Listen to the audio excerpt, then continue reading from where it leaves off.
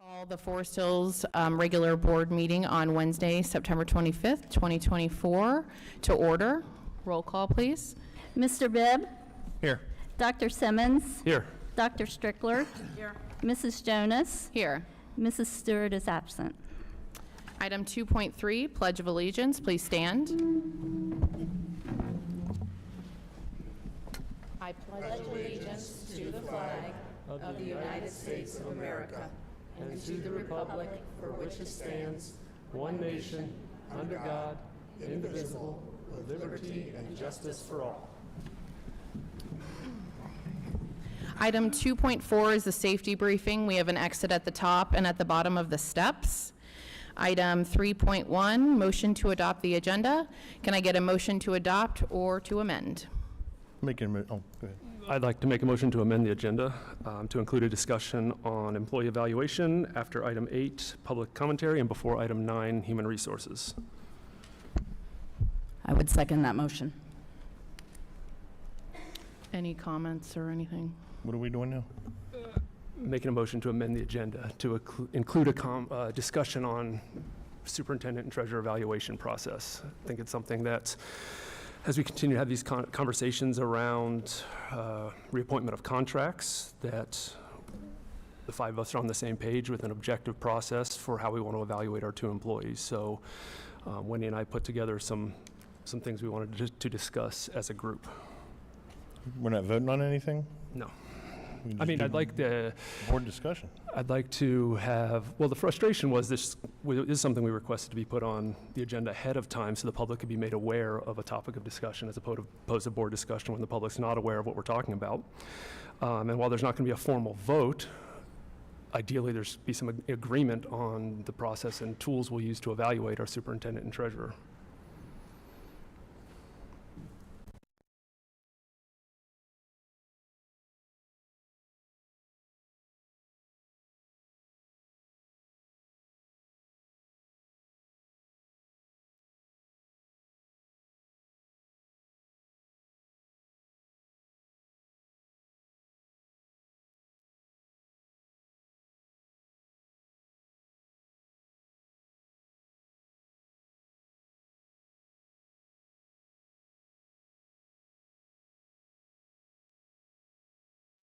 Point 1, approval of the minutes for, Sarah, we need to adopt the agenda as it stands. sorry. Can I get a motion to adopt the agenda then?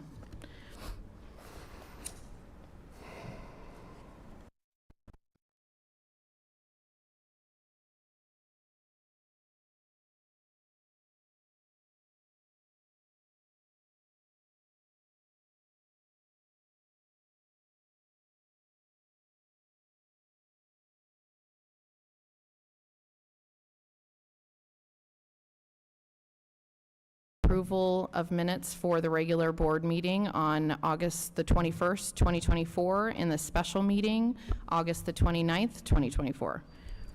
I'll make a motion for items 3.1 and 3.2 as presented. Second. Dr. Strickler? Yes. Mr. Bibb? Yes. Dr. Simmons? Yes. Mrs. Jonas? Yes. Item 5.0, special recognitions. Mr. Fender? And Mr. Jados.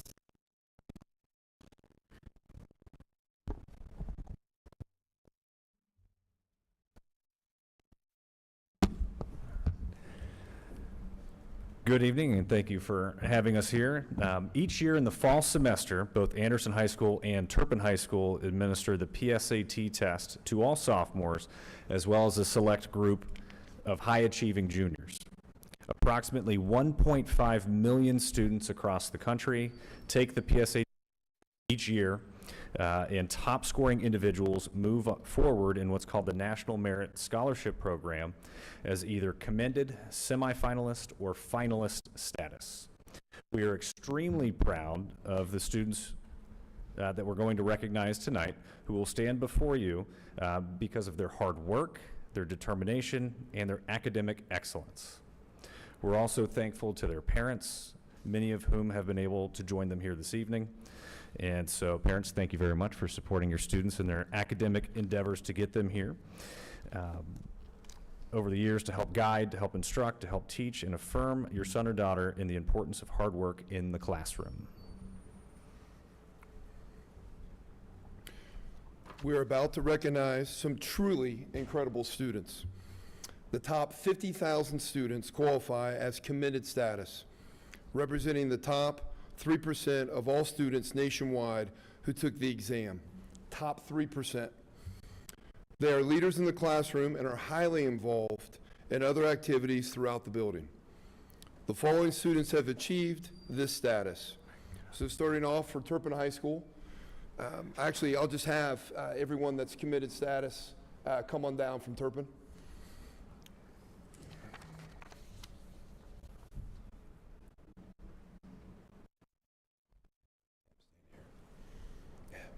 Yeah, you guys just stand here and step forward maybe when I face that way or face that way. And then after that, you'll get a cute little turn to look at the crowd. All right, from Turpin High School, Oliver Bloom. Natasha Breedel, I believe, is sick today, so she could not make it.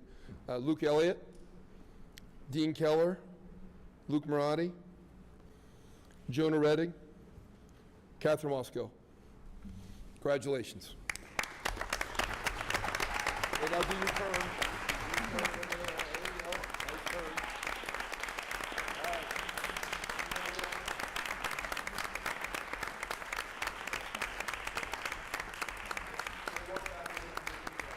Sir, can we add Maya Ganem to the list while you're going? She's right there. Pardon me? We need her Oh, I'm name so too. sorry. Yes, we will absolutely add Maya. Sorry about that.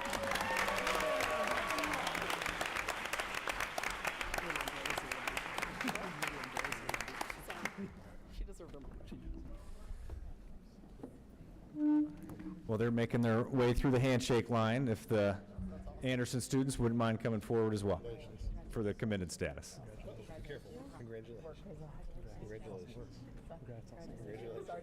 She needed her moment.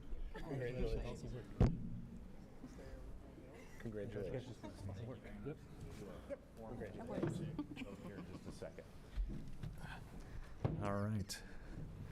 And the committed students from Anderson High School: Cole Clement, William Cox, Sean Goronsky, Stella Hammond, and Sia Patel.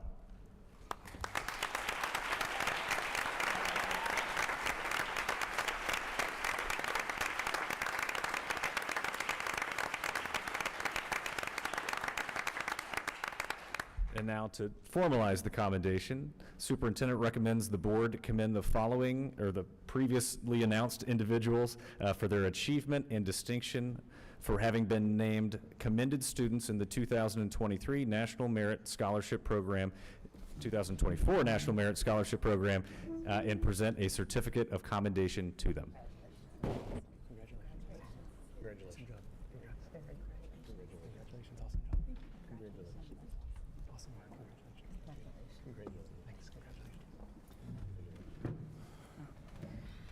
I will make a motion to commend the 2024 National Merit Scholarship semifinalists as presented. Second?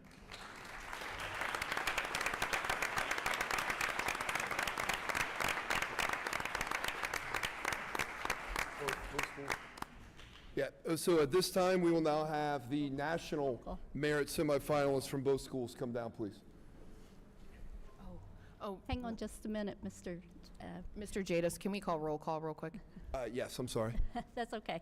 Dr. Strickler, Yes. Mr. Bibb, Yes. Dr. Simmons, Yes. Mrs. Jonas. Yes. Sorry, thank you. Yeah, now. Yeah. All right, we're just so excited to celebrate the kids, I think, is where that comes from. All right, so the top 16,000 students in this competition qualify for semifinalist status, representing the top 1% of all students nationwide who took this exam. Out of that group, there's a process for these individuals that must do to move on to be considered for finalist status, but at the so you guys might be back for another commendation at some point, but for now, it is a monumental achievement to reach semifinalist status, so we want to honor them at this time. So from Anderson High School, we have Leighton Iredale.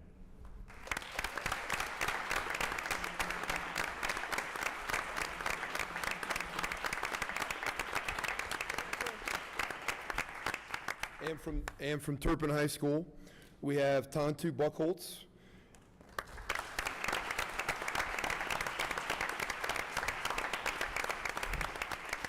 Russ Hausman.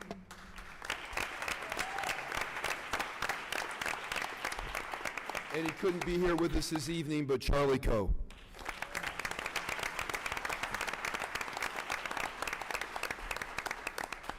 And now, once again, the superintendent recommends the board commend the following students for their achievement and distinction for having been named semifinalists in the 2023 National Merit Scholarship Program and present a certificate of commendation to them. I'll make a motion to commend the 2024 National Merit Scholarship semifinalists as presented. I'll second. Dr. Simmons, Yes. Dr. Strickler, Yes. Mr. Bibb, Yes. Mrs. Jonas. Yes. Congratulations, everyone.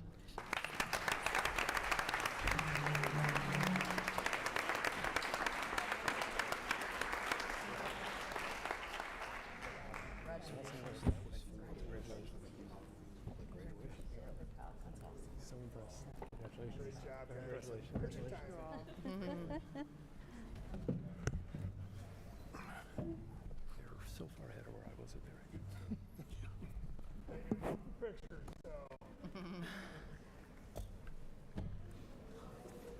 All right. I think it's worth mentioning, Charlie Coe is not here tonight, but he came to do tutoring at one point for the PSAT, and we were questioning whether there would be that many people that show up. And I want to 100% admit I was wrong, because he had over 30-some kids, so close to 40 kids come for tutoring from him, because I guess when you're one of the best, that's who you go to. So kudos to him. I'm here to present 5.3 Governor's Thomas Edison Awards for Excellence in STEM Education. This is an award that we have been given several years in a row. The Ohio Academy of Science recognizes Anderson High School this year with the Governor's Thomas Edison Awards for Excellence in STEM Education during the 23-24 school year. 53 schools in Ohio and 697 teachers received this award. There are 3 different criteria to receive this award. One is to have 6 or more students participate in a virtual district science day. Another is students can participate in at least one more youth science opportunity beyond the classroom. And the other is to conduct a local science fair with 12 or more students and have 2 or more of these students participate in a virtual science day.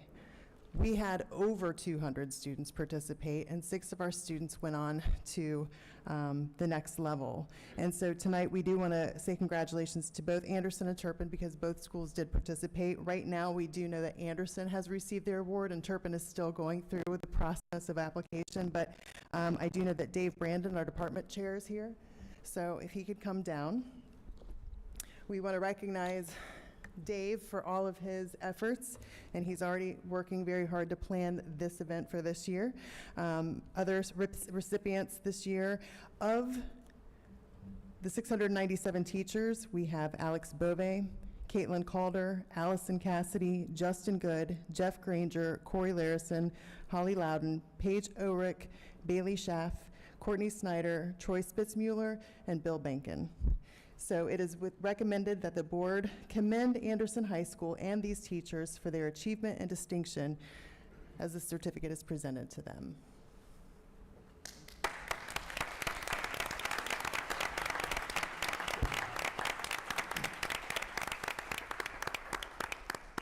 I'll make a motion to approve the teachers listed above for their achievement and distinction for the certificate presented to them.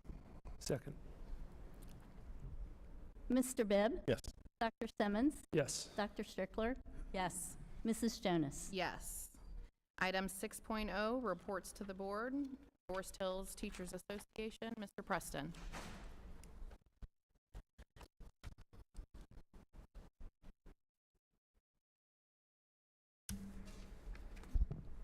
Well, hello to the board. I have 3 topics for you tonight. First, we acknowledge organizations who support teachers and students.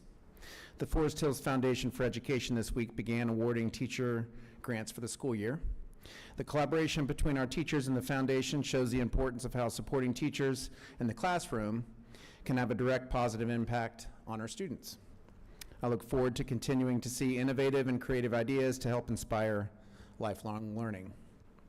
Second, our staff is in full swing scheduling and planning for parent-teacher conferences this fall. Our middle school is up first, with our 2 high schools next, and then finishing with our elementaries. We believe strongly that ensuring success for all students is rooted in a partnership with parents, guardians, and stakeholders in the life of a student. Therefore, we wish everyone productive and meaningful conversations. Lastly, as in previous years, I've had the great fortune of being in buildings since the start of this school year. Summit and Turpin have been my first visits. This week I intend to be at Nagel. I'll round out the rest of this fall with visits to Sherwood, Mercer, Air, Wilson, Maddox, and Anderson, respectively.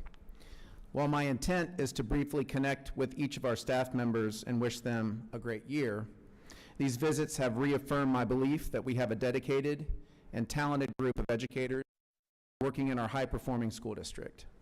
The Forest Hills Teachers Association looks forward to partnering together with the Board of Education this school year as we continue to make the Forest Hills School District a place where both teachers and students can thrive. With that, I wish each of you an enjoyable fall season, and as always, thank you for your time tonight.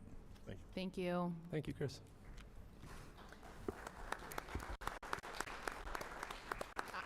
Item 6.2, Forest Hills Foundation for Education, Mrs. Gilliard. Good evening. Thank you, Mr. Preston, for sharing. We are in full price patrol mode. Excuse me. Based on all of our donor support, we are thrilled. If you can go to the next slide, Laura. We will be delivering over $112,000 in teacher grants. We started yesterday at Anderson. We will be heading to all schools in the next 2 weeks. So be sure to follow us on social media. What I love is it's surprising teachers and supporting the incredible work that they do. And we are able to do that because of the donors and local businesses that support the foundation. So stay tuned. Also, I just wanted to give a quick shout out to some local businesses that are providing some benefits and perks to our staff. I am visiting all the staff meetings between now and the 18th of October. And so a big shout out to Club Pilates, Pure Barre, Better Blend, Big B, and Burn Boot Camp. One of the things at Convocation we talked a lot about was, as educators, how do we take care of ourselves and take care of each other? And so all of these businesses are offering specific deals for all the staff across the district. So I just wanted to say thank you to all of them. Next one. We yesterday just kicked off, so I loved to hear Alex Bovey. Actually, I think you mentioned his name. We actually delivered a grant to him at Anderson yesterday for Anderson Robotics. One of the things when we started talking about this year and unmet student needs, what did that look like, where those were, and one of those was STEAM. And so we just kicked off our campaign yesterday, our fall campaign around fundraising for STEAM opportunities from kindergarten through 12th grade. And we had a handful of alumni that actually donated to this campaign, which are matching gifts with our goal of raising $33,000. So we hope that you too will support this effort. It's really important when it comes to critical thinking, problem solving, how much STEM plays a huge role in kids' development. And so we're happy to raise funds to support students in this area. And actually next Friday, October 4th, we are thrilled to recognize the following alumni at our Distinguished Alumni Luncheon, and also they will be recognized at the Anderson Turpin football game. From Anderson, Jim Dayton, James Farrow, Judge James Stearns, Miriam Sturm. And from Turpin, Dawn Anderson Butcher, Josh Girth, Forrest Heiss, Corey Hinderstein, and the Forest Hill staff member that we're recognizing is Tori Castile, who teaches at Maddox Elementary. So it's a really great event. If you would like to attend, we still have tickets available. It's going to be hosted at Ivy Hills Country Club, and we're thrilled to recognize all these individuals. Also, just wanted to share our big gala, fall soiree, whatever you want to call it. We are actually switching it up this year, and we're having an event called Denim and Diamonds. It's going to be at Belterra Park this year on November 16th. Registration will be available on next Monday, which is September 30th. So we look forward to a fun, casual party as we raise funds for the kids across the district. So save the date. Registration information will be available soon. And lastly, just if you are on social media, we'd love for you to follow us. I will say this time of year, we get a ton of followers because we deliver money to teachers. And so the videos and surprising them. Quick funny story, I had someone Monday go with us and they were like, well, the high school kids weren't that excited about when the grants came in. And I was like, well, wait till we go to the elementary schools. Because the elementary kids are like, oh my gosh, is it our birthday? Like, what's the celebration? So it's fun to give money, of course, to our frontline educators throughout the district, and we look forward to doing that in the next couple weeks. So thank you. Thank you.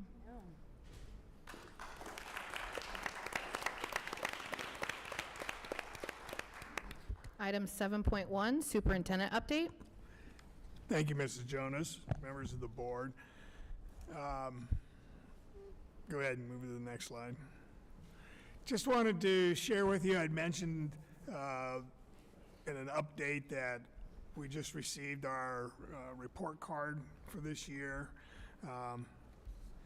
Outstanding job. I'm just so very, very proud of our students, our teachers, our staff that have worked so hard.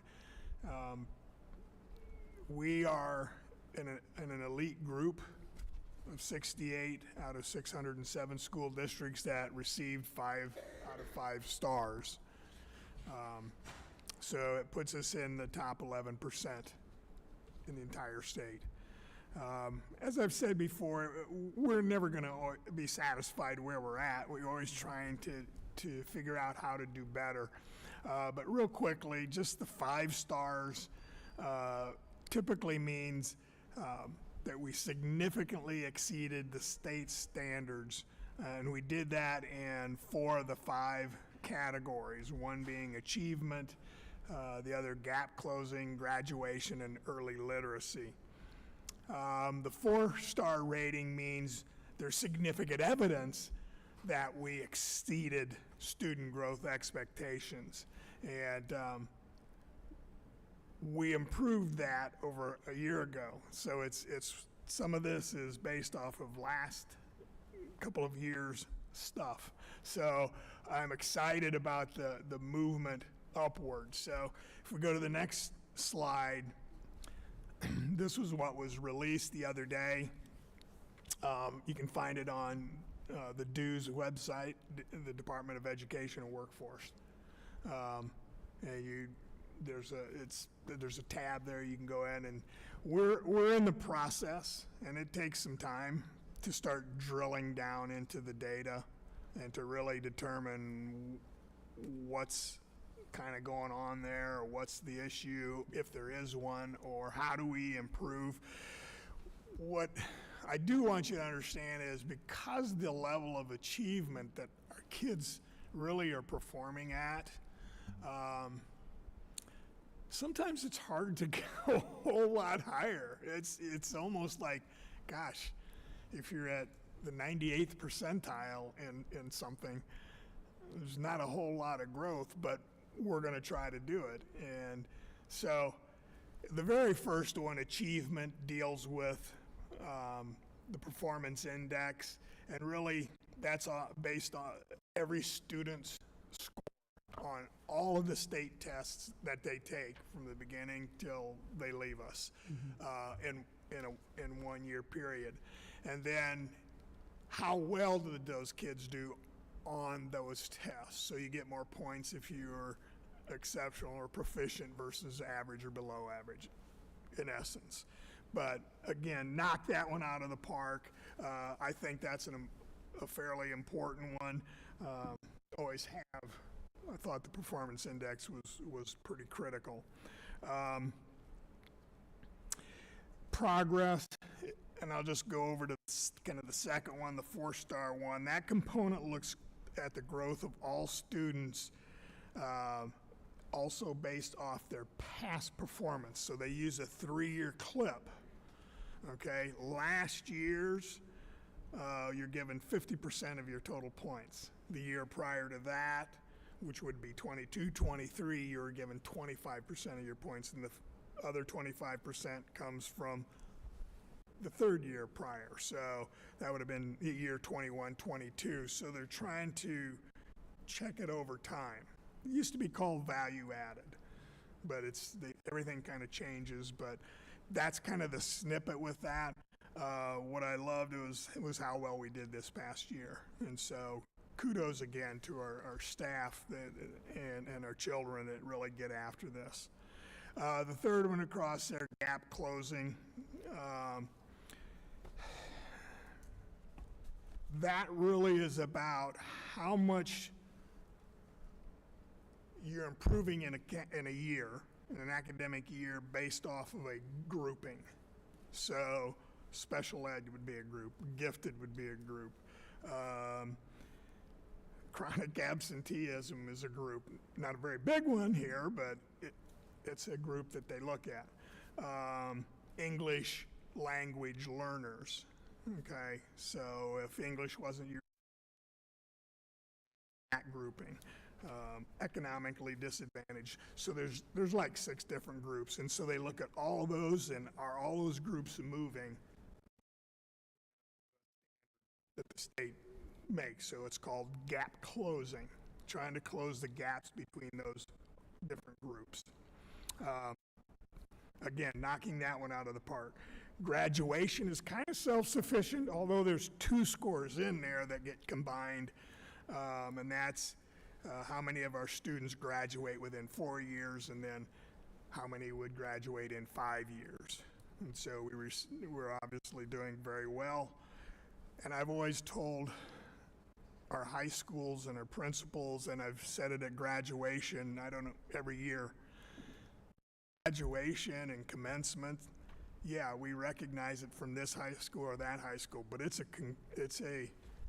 the work that's gone on since kindergarten that brings somebody to that point. So congratulations again on the graduation.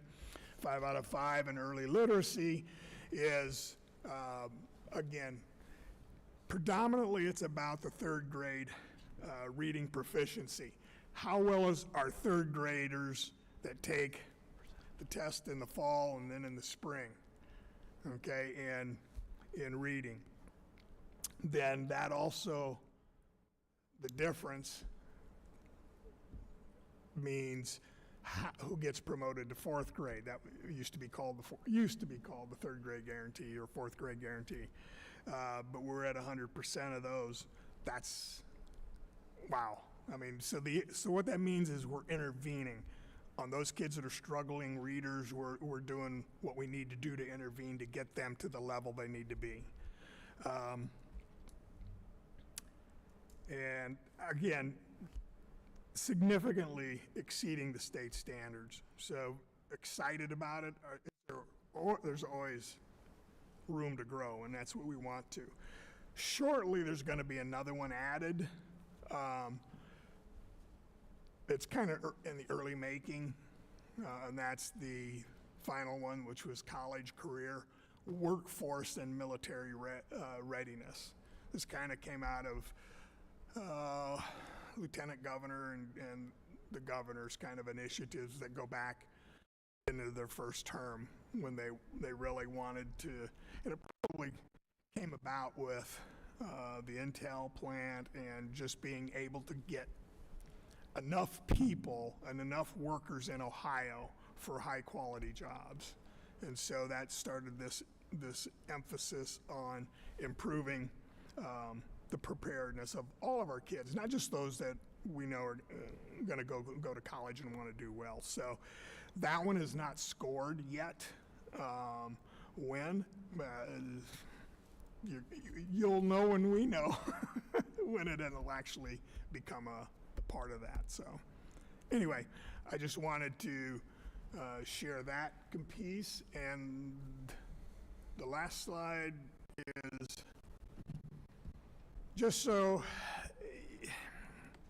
the only frustrating thing that we deal with is that the bar keeps moving on us.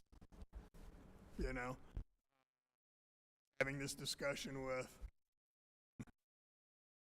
Mr. Buck the other day about gifted. Well, you know, one level, which isn't graded on here, a year ago we tested and they moved the needle 10 percentage points.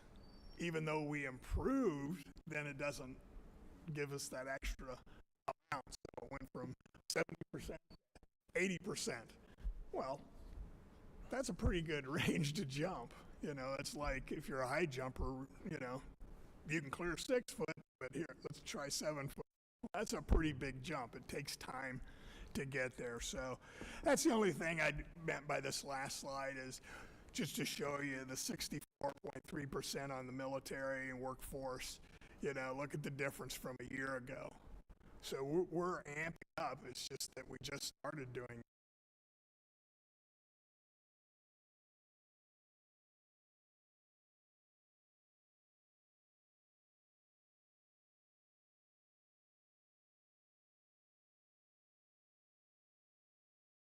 Very excited for our teachers. They'll eventually get this as an individual teacher amount, so they'll know what their kids did last spring, and they'll be able to see that. And we'll have, we're going to bring in some other people with us so we can really start digging down into the data. And it's just what we do, you know. And we work hard at doing that, and we feel like that we can improve it every year. And kudos to our staff, and we're just excited about that. So I wanted to share some good news with you. So, and that's it. I only have 4 slides. Awesome. Mine's easy. Thank you. Yeah. Larry, Yep. I think this stuff's awesome. I appreciate the insights. Obviously, a credit to our teachers and staff. I know my son complains as a district we are performing well. On the career readiness, college career, workforce, and military readiness, can you dive a little deeper into, I know you said that was new, but what metrics are being used to assess that? And what are we doing as a district to help Well, ensure one that our of the things students are you more did prepared? is we hired Melanie Hartong full-time. Mhm. That was probably the biggest thing that we started to do with that. Let me back up. Again, it's going to look at a couple of things. It's going to look at what we're doing and what we're kind of providing students in terms of opportunities for internships, opportunities that way. But it also pulls in some of the career tech. Some of our kids that go to career tech pieces are going to come in. So it's pulling a bunch of that data. I can probably have more with that as well. It also deals with the SEALs that we're going to, we have more SEALs, and those are about job readiness, 250 hours of intern work-related counts. Gives us more points. ACTs, yeah, ACT, with remediation-free scores, not, so they just want to look at that advanced placement if they happen to have advanced placement opportunities as well. So it's a variety of things. I suspect it's going to change and evolve, but ACT, SAT, AP participation are all components of it. Right. So the components we've probably been strongest on over the years are those academic ones, the ACT, the sure. AP Absolutely. participation and higher scores, and ACT participation That and helps. higher scores, but now it's also about what are the work pieces that are a part I of think that. that's going to be your next big piece. And I think that's, to be honest with you, again, just my interpretation of what came from the state. I think that's the piece that most districts are trying to amp up. Okay, so not all of our kids are going to go to college. So what do? How do we help those kids? How do we make sure those kids are leading successful lives and careers when they leave us? And the number of kids that don't maybe graduate in 4 years or drop out or whatever. What are they going to do? So I think the ability for us to grow our apprenticeship programs, and again, a lot of kudos, and one of the biggest things you did is to hire Melanie. I think that this is her wheelhouse.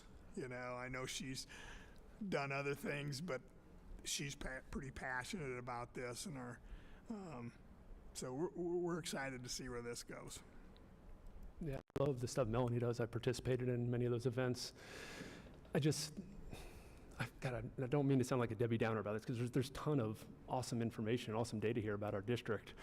I met with Ms. Tinsley a couple weeks ago, and she was sharing some data with me on the number of kids who were, remind me again, Kim, the number of kids that after 2 years in college that went through our district, that percentage. After looking at the number of students who complete a four-year diploma, we are around 60%. 60%. 60%, right. So we have Very high in comparison. right. So when we think of like 40% of kids that go through Forest Hills that go to college are not finishing college, and then 36%, at least on these metrics that we're still building, are not prepared for their careers. It seems like there's an area for growth there in terms of that post-high school readiness for success in wherever they go. Well, I think you're going to see a lot more of this. You're going to see a lot more coming out of the state as well. And you see that the students who are ready, the 64% doesn't mean the 64% kids are ready for college. It simply means, do they know exactly what they're going to be doing? Do they know? Well, the good news of 60% is, well, the national, the average is 50. So we're above that. But again, that's one of the reasons that we came to you about, Melanie, is we need to push this envelope a little harder and try to expose kids to job opportunities and realize that employers today are investing in their employees. So I think you're going to see more opportunities for kids to get some of their education paid for, if not all. They want, where they want to train their kids. We're just seeing more and more of that. And I think part of it is just dealing with the worker shortage that we're dealing with in this area, in Ohio for sure. But that's a trend that's going on nationwide. So. Great, thank you. And I assume beyond Melanie, she's part of helping design committees or systemic support, so it's not poor Melanie out there alone who's going to No, we don't. fix this We problem. don't. I love Melanie. No. You're amazing, but It's an army. It'll be an army now, but she's really leading, and yeah. it's great to have her there. So we're excited about that. But that's it. Thank you. Thank you. Item 8.1, procedures for public comment.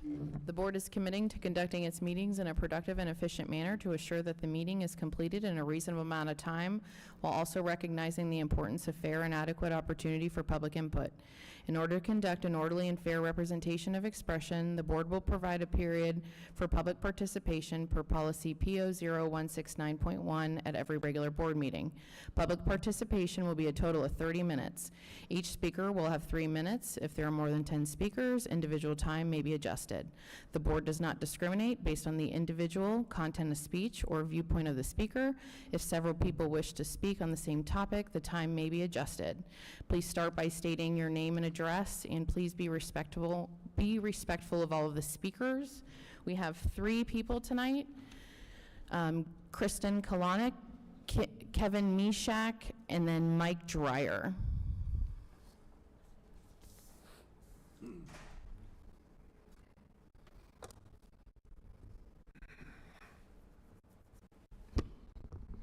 Hi, I'm Kristen Kalanick. Can you hear me okay? I live on Meadow Creek here in Anderson Township, and I'm a parent of 2 children here in the school. I'm here to talk today about the importance of strong leadership and how capable leaders can demonstrate those leadership skills by setting a strategy, connecting that strategy to goals and objectives, and measuring accountability. To date, this board that's been led by Board President Jonas communicated to the community an intent to act in fiscally responsible manner.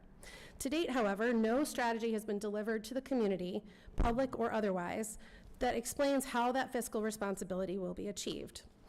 As a result, we are hoping to have that discussion briefly today, and under consideration, specifically, are the contracts for superintendent and treasurer. In this district, the superintendent's role came open when the former superintendent resigned. It is widely believed that resignation was offered due to the animosity and unprofessional behavior of the 2021 elected board members. As a result, the district hired a recruiting firm at the cost of tens of thousands of dollars, and then went further on to offer the highest salary to a superintendent that this district has ever paid. Further, several other members of the central office left as well after the election of 2021, causing significant turnover and further increase to salaries to attract and retain new talent. Today, and without evidence of failure to meet deliverables or perform documented responsibilities, this board is once again looking to create a fiscal challenge. By reconsidering the treasurer's contract without evidence of failure to perform, they are looking to spend more money in the responsibility or in the recruitment phase, and potentially will spend more money to hire a new treasurer as well. Recent districts, 8 in fact, we reached out to seek insights on what are the goals and objectives typically offered to a treasurer, and they responded. They also responded with a normal OSBA-directed evaluation, neither of which our board has presented. No goals and objectives and no evaluation. Milford, Sycamore, and Loveland have all recently seen turnover and the impact of the disruption of a treasurer leaving. Milford is now contracted for part-time interim coverage, only 20 hours a week, at the cost of $140,000, around the same price that we pay today for full-time coverage.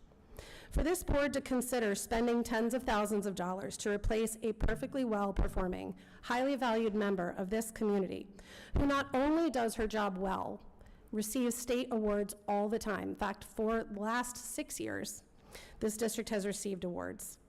We are looking to ask the board to behave more responsibly.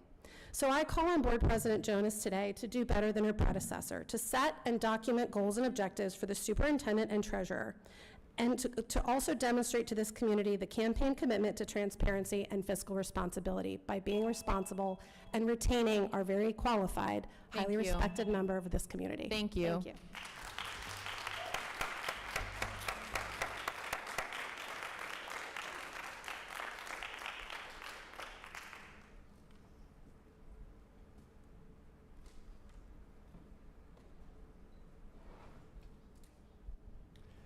Kevin Mishak. I have 2 children at Anderson High School. The senior one is now attending Live Oaks. I live on Holiday Hills. Congratulations to the districts on the 5-star rating. It is well deserved. If you're looking for area to improve progress, I might suggest the 504 program.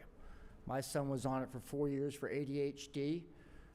It was a nightmare program. I found it atrociously administered, and it is an area of vast growth potential for this district. Those students at that level are overlooked by this district and always have been.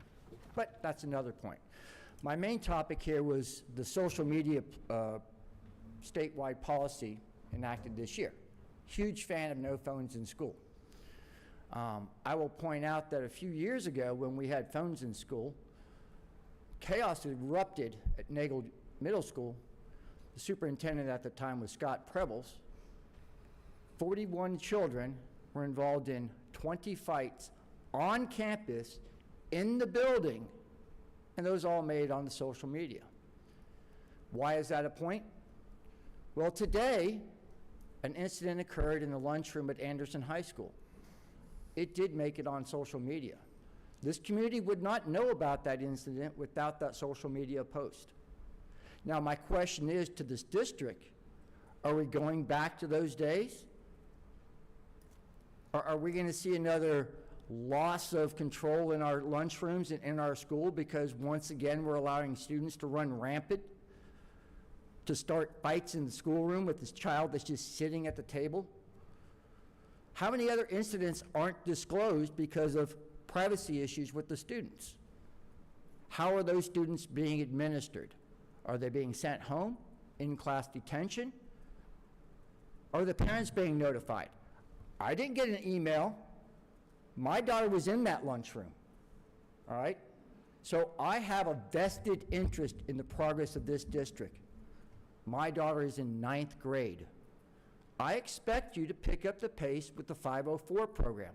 My son is graduating from Anderson. Now, after 1 year at Live Oaks, he is considering college. That was not a consideration while he was on a 504 in this district. That's a failing. Whereas we come back to one more final point brought up by the last speaker. The 5-year forecast, it has always been lacking in footnotes regarding the assumptions based to present that information. That has been a complaint on my part for years, all right? So, yeah, I'm glad we're doing great financially. I've seen that. I'm glad of the progress. There's still room for improvement. Thank you.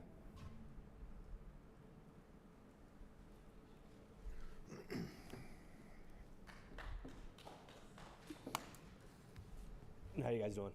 Hi. My name is Mike Dreyer. I live on Ropes Drive. I have 2 kids, one at Turpin, one at Nagel.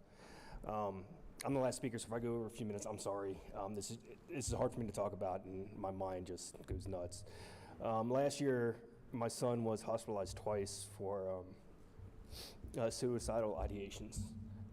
He missed quite a bit of school, but he got back to school. He's good now.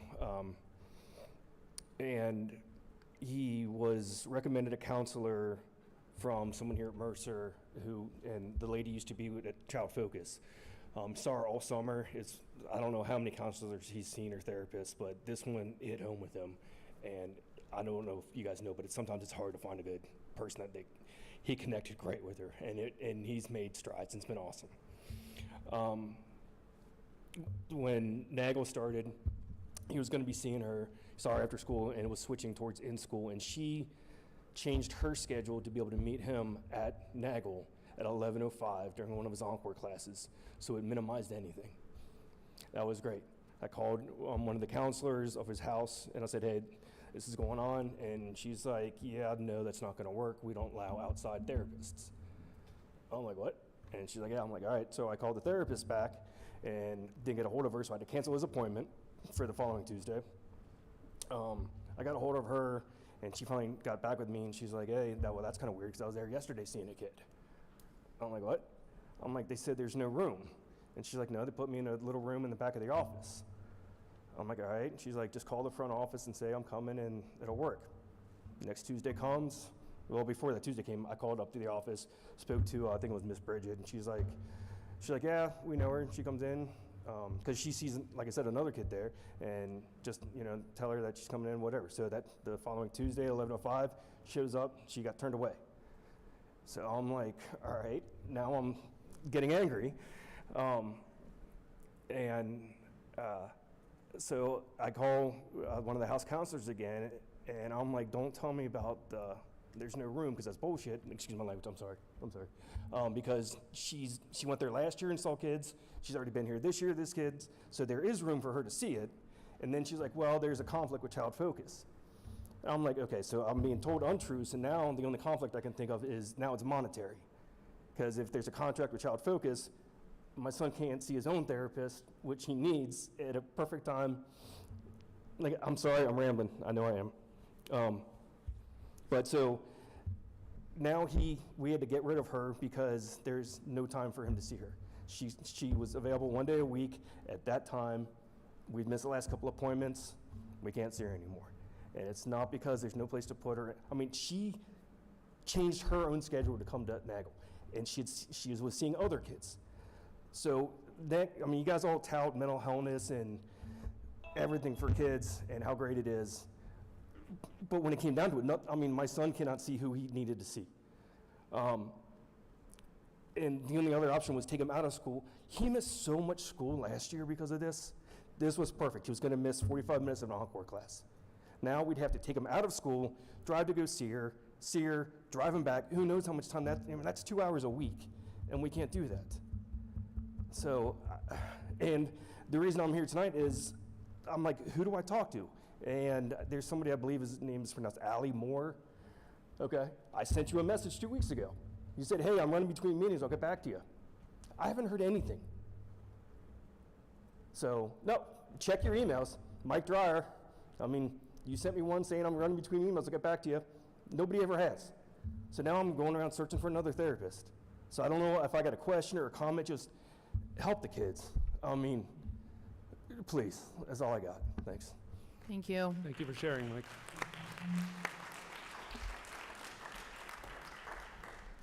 Item 9.1, Human Resources, Mr. Fellows.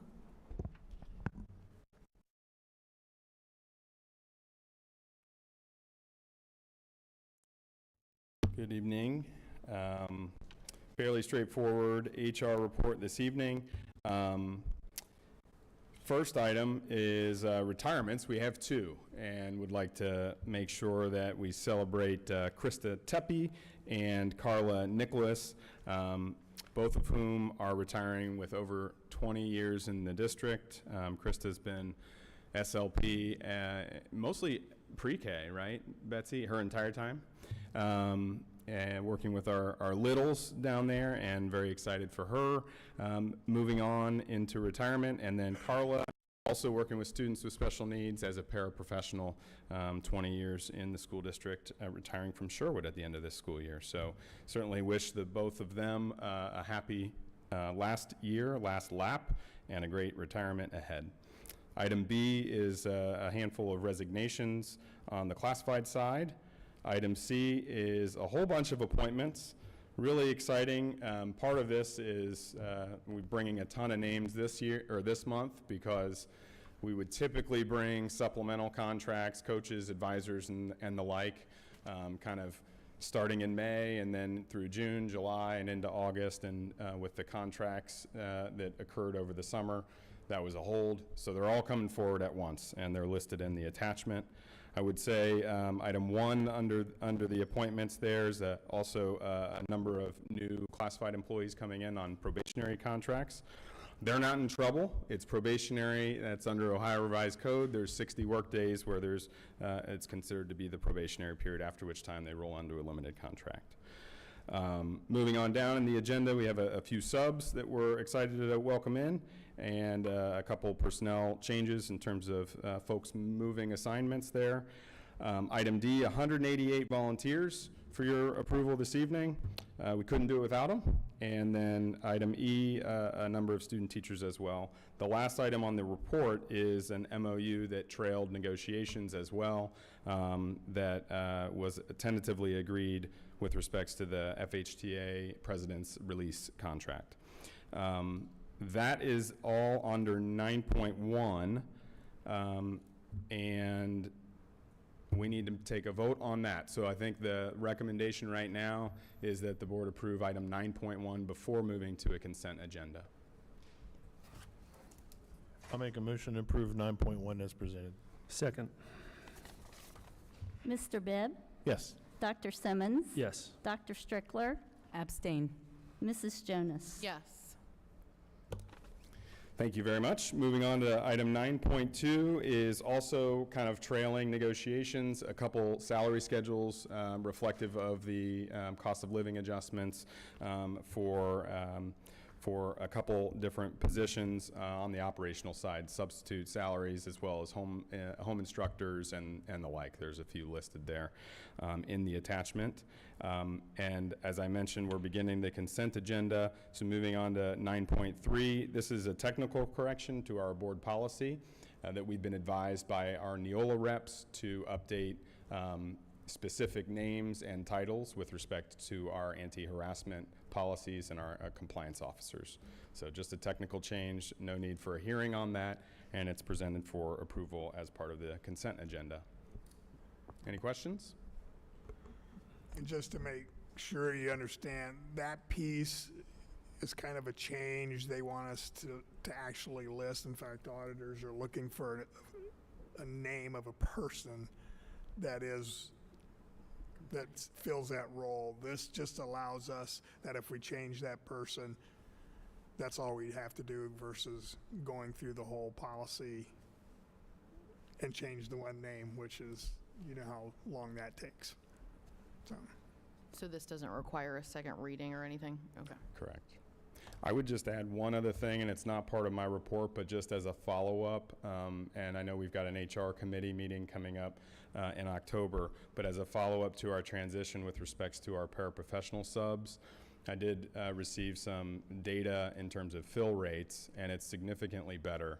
It's still not 100%. We'd love it to be 100%, but it's north of a 20% increase in terms of the fill rate, which is something to be celebrated for sure. So, thank you. Thank you. Item 10.0, business operations. Mr. Eckert? There you are. I'm hanging out with the cool kids today. I just have a pretty basic agenda items today, just 2 items. The first one, the board's pretty familiar with. We have some more revisions to the payment in lieu of. That is 10.1. And as the year goes on, this will come less and less, but if a student does transfer in, we would have to be looking at that. So that is item 10.1. And 10.2 is a resolution to approve a change order in the door access system program we had. What went on is it took over almost a year plus to design in the process, and then once we were securing all the equipment and stuff, there were some upgrades to the equipment that will make it more efficient. So we definitely wanted to make those adjustments. The nice part about it was I was able to take a considerable amount of the change order from the Ohio Attorney Safety Grant. So there is some general fund money in there, but there is also some Attorney General grant money in that change order of $17,000. So that is 10.2. The other thing I just wanted to remind you of is we do have a facilities committee meeting coming up October 8th. We will be addressing revision of our 5-year capital plan and some of the motion that we want to move forward on. We are just now finished up everything from now we got to get next summer up and rolling quickly. So we'll come to the board for that to share some input and data on that. With that commentary set aside, I'd like to recommend that the board approve item 10.1 and 10.2 as part of the consent agenda. And I jumped without saying any questions first. Okay, quick question. So the only change order we've saw so far is this one here. Is that there's no change orders for any of the work done over the summer? Nope. Nice. We all came in at bid price, and I think it was a great summer. Awesome. Great summer without a doubt. So now, I recommend approving 10.1, 10.2 as part of the consent agenda. Thank you. Thank you. Thanks, John. Item 11.0, teaching and learning. Mrs. Tinsley, overnight trips, 11.1.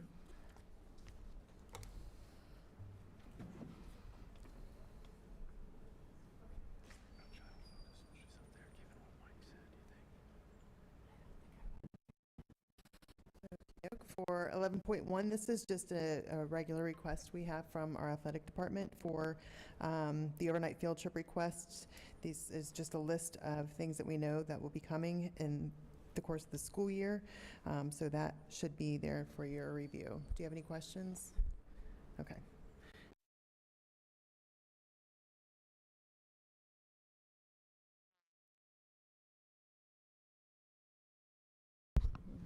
Good evening. I have 11.2 through 11.4.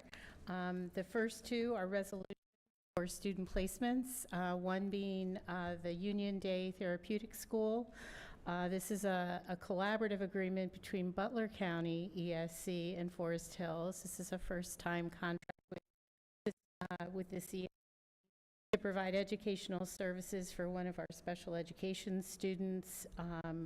This is a very highly specialized, highly structured program for students needing behavioral and therapeutic services.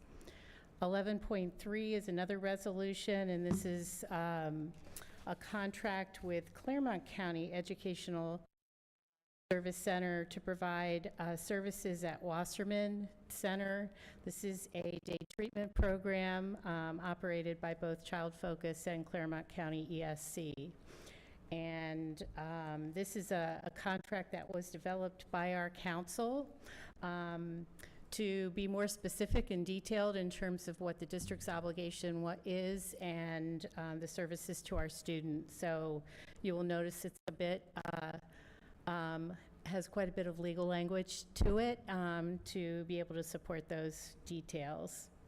And then 11.4 is also a somewhat new agreement with school districts across the region. This is with Butler County Educational Service Center. This is for students that are placed in a program called Beckett Springs to provide educational services while the clients are placed in a therapeutic program, a partial hospitalization program. So districts who have students placed there then have a daily tuition rate for the time that they're there. And we are starting to see several hospitalization programs such as this apply kind of a contract ahead of time so we can plan and allocate funds in a little bit more responsible way and also know when students are placed and when they're discharged. Any questions? I got a question. It's not about this, but does our contract with Child Focus, does it prevent outside agencies from coming in?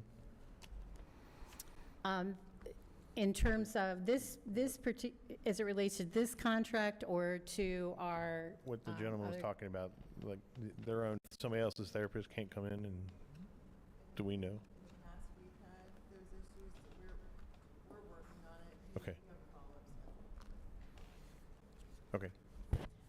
I could probably differentiate. In this case, this is regarding a student's IEP. Obviously, very different agreement. Okay. And so at the moment, the first two are contracts we're signing for students. The third one is proactive in case there's a need. Yes, okay. At this time, I have not been notified of any students at Beckett Springs. So as part of the consent agenda, Superintendent is recommending approval for 11.1 to 11.4. Thank you. Thank you. Item 12.1, technology, Mr. Meese.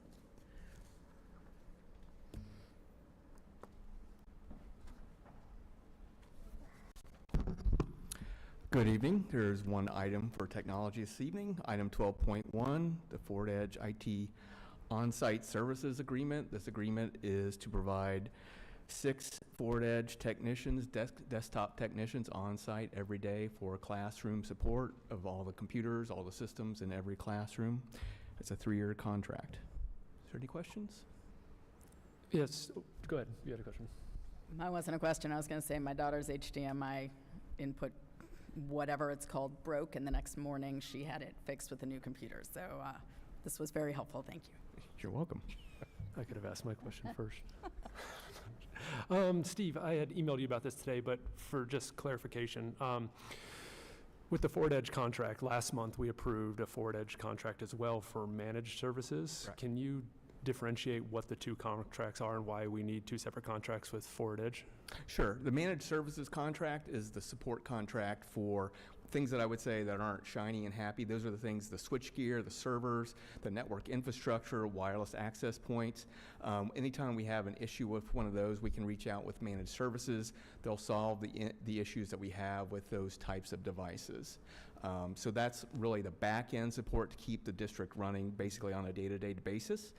This contract is for on-site support. These are the technicians that are in the classrooms every day When the teachers put in a help desk ticket, these are the technicians that respond to that, to come into the classroom, support the students and support the teachers to make sure the technology works on a day-to-day basis. Perfect. Thank you so much for clarifying. Sure. Any other questions? Thank you. Thank you. Item 13.1, Treasurer's Report. The treasurer's report begins, it's agenda item 13.1, as always, begins with item A, donations. We received $8,705 in donations in August, which brings our total donations to just under $12,000 at the end of the second month of our fiscal year 2025. And as always, we appreciate all donations, so thank you to those donors. Item B of the report gives you a snapshot of our May 5-year forecast, our most recent forecast. We want to keep that in the front of your mind. Item C presents the general fund, our 5-year forecast revenues, by comparing what our estimate was on the forecast to our year-to-date actuals. During August, we received the final settlement of our property tax collections from the county.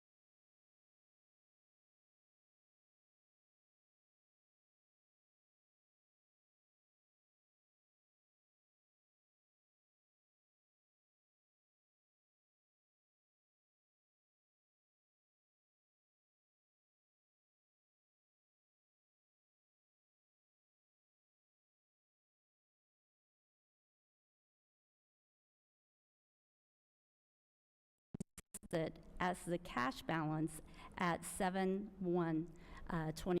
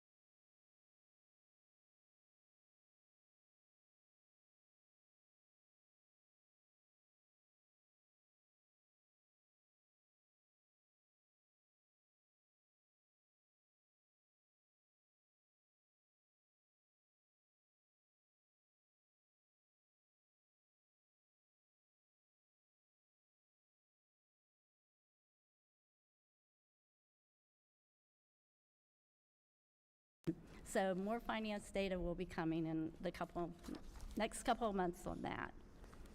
Item G presents the interest earnings for the first 2 months of our fiscal year, and also it has 3 years of history on this particular slide. Interest is certainly starting off strong this year. We've collected a total of $487,000. So just over the past 2 months. But as you know, just a week ago, the Federal Reserve cut rates by 50 basis points. So in the last week, our overnight interest rate fell by 30 basis points. So not quite as far as the cut, but we had spent some time in the preceding couple months laddering out our investments to have some stronger, or to have some longer term investments, so to keep that investment rate up a little bit. Moving on to item H, you have our August 31st bank reconciliations and investments. Permanent improvements are presented in item I. These appropriations are within the limits that we have on our 5-year forecast, and this appropriation measure is required to be passed by the state by September 30th of each year. So these are the appropriations that the district will be able to be operated in with our coming school year. Item J presents the employee benefit rates, which begin with our plan year, January 1st, 2025. Our plan year runs on a calendar year basis instead of a school year basis. So voluntary rates remain the same for vision, life, and accidental death and disability, the voluntary insurances. Our life insurance increased slightly by 0.6%, and our AD&D insurance rate stays the same. We spend about $40,000 in life insurance and AD&D insurance per year. Our dental rates increased by 4% over our 2024 plan. However, our dental rates have seen large increases the past years. In 2022 and 2023, we moved to MetLife, was trying to buy into the market. So while our upcoming rate that we are approving for January 1st, 2025, increased by 4% at $92.64 per member per month, it is still $8.46 per member per month cheaper than we paid in calendar year 2022. So we knew this was coming, and we knew we went with a vendor that was wanting to get into the market. So no surprise there. And then lastly, you see our health insurance rates. They have increased this year by 5.1%. So those are the rates for employee benefit plans beginning January 1st, 2025. I do have a couple of informational items. Before we get to those, I'm going to ask, are there any questions on the treasurer's reports thus far? Hearing none, I'll move on to the information items. The last one is the last slide here. And I just wanted to share with you what the last 11 years, what our health insurance rates have increased by. And as you know, we're a member of the Swish Health Consortium, which I'm proud to serve as president. And as always, Swish continues to investigate the insurance marketplace for cost efficiencies in all areas of our insurance. And one of the things that I'm proud of that our district insurance committee has worked with Swish to provide is on our intranet. We have a one-stop shop that has over 20 websites and benefits listed to help our employees learn about what sort of health insurance, dental insurance, that life insurance, AD&D insurance, a lot of mental health information there that our employees can take advantage of. So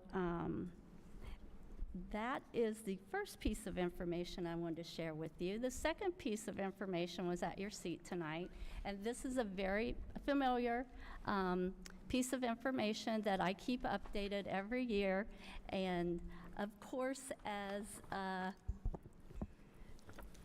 Mr. Hook was able to present the report card earlier today. I wanted to update our benchmarks to show how well we do in relationship to the other school districts in Hamilton County. So the new data on here, on this page, is going to be the Hamilton County schools, the percentage of every dollar spent directly in the classroom. And you can see we rank 3 out of the 22 districts in Hamilton County, with 73.6 cents of every dollar going directly to the classroom. That's compared to the Hamilton County average school district that sends 69.8 cents to the classroom, and the state average of 66.9 cents that goes to the classroom. And again, Mr. Hook went over the performance index, and there you see how Forest Hills ranks in relationship to the other school districts within our county.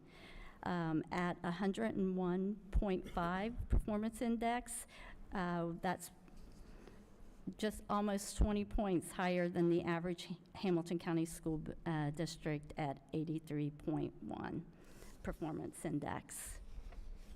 And as always, just because I like to look at it this way, is all the 5-year forecast actuals on the back of the sheet. I realize that's a lot of numbers, but I really like to look at those numbers that way.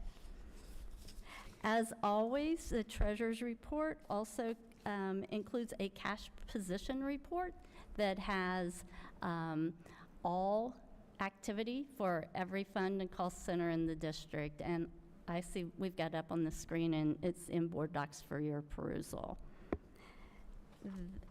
That said, any questions? Thank you, Alana.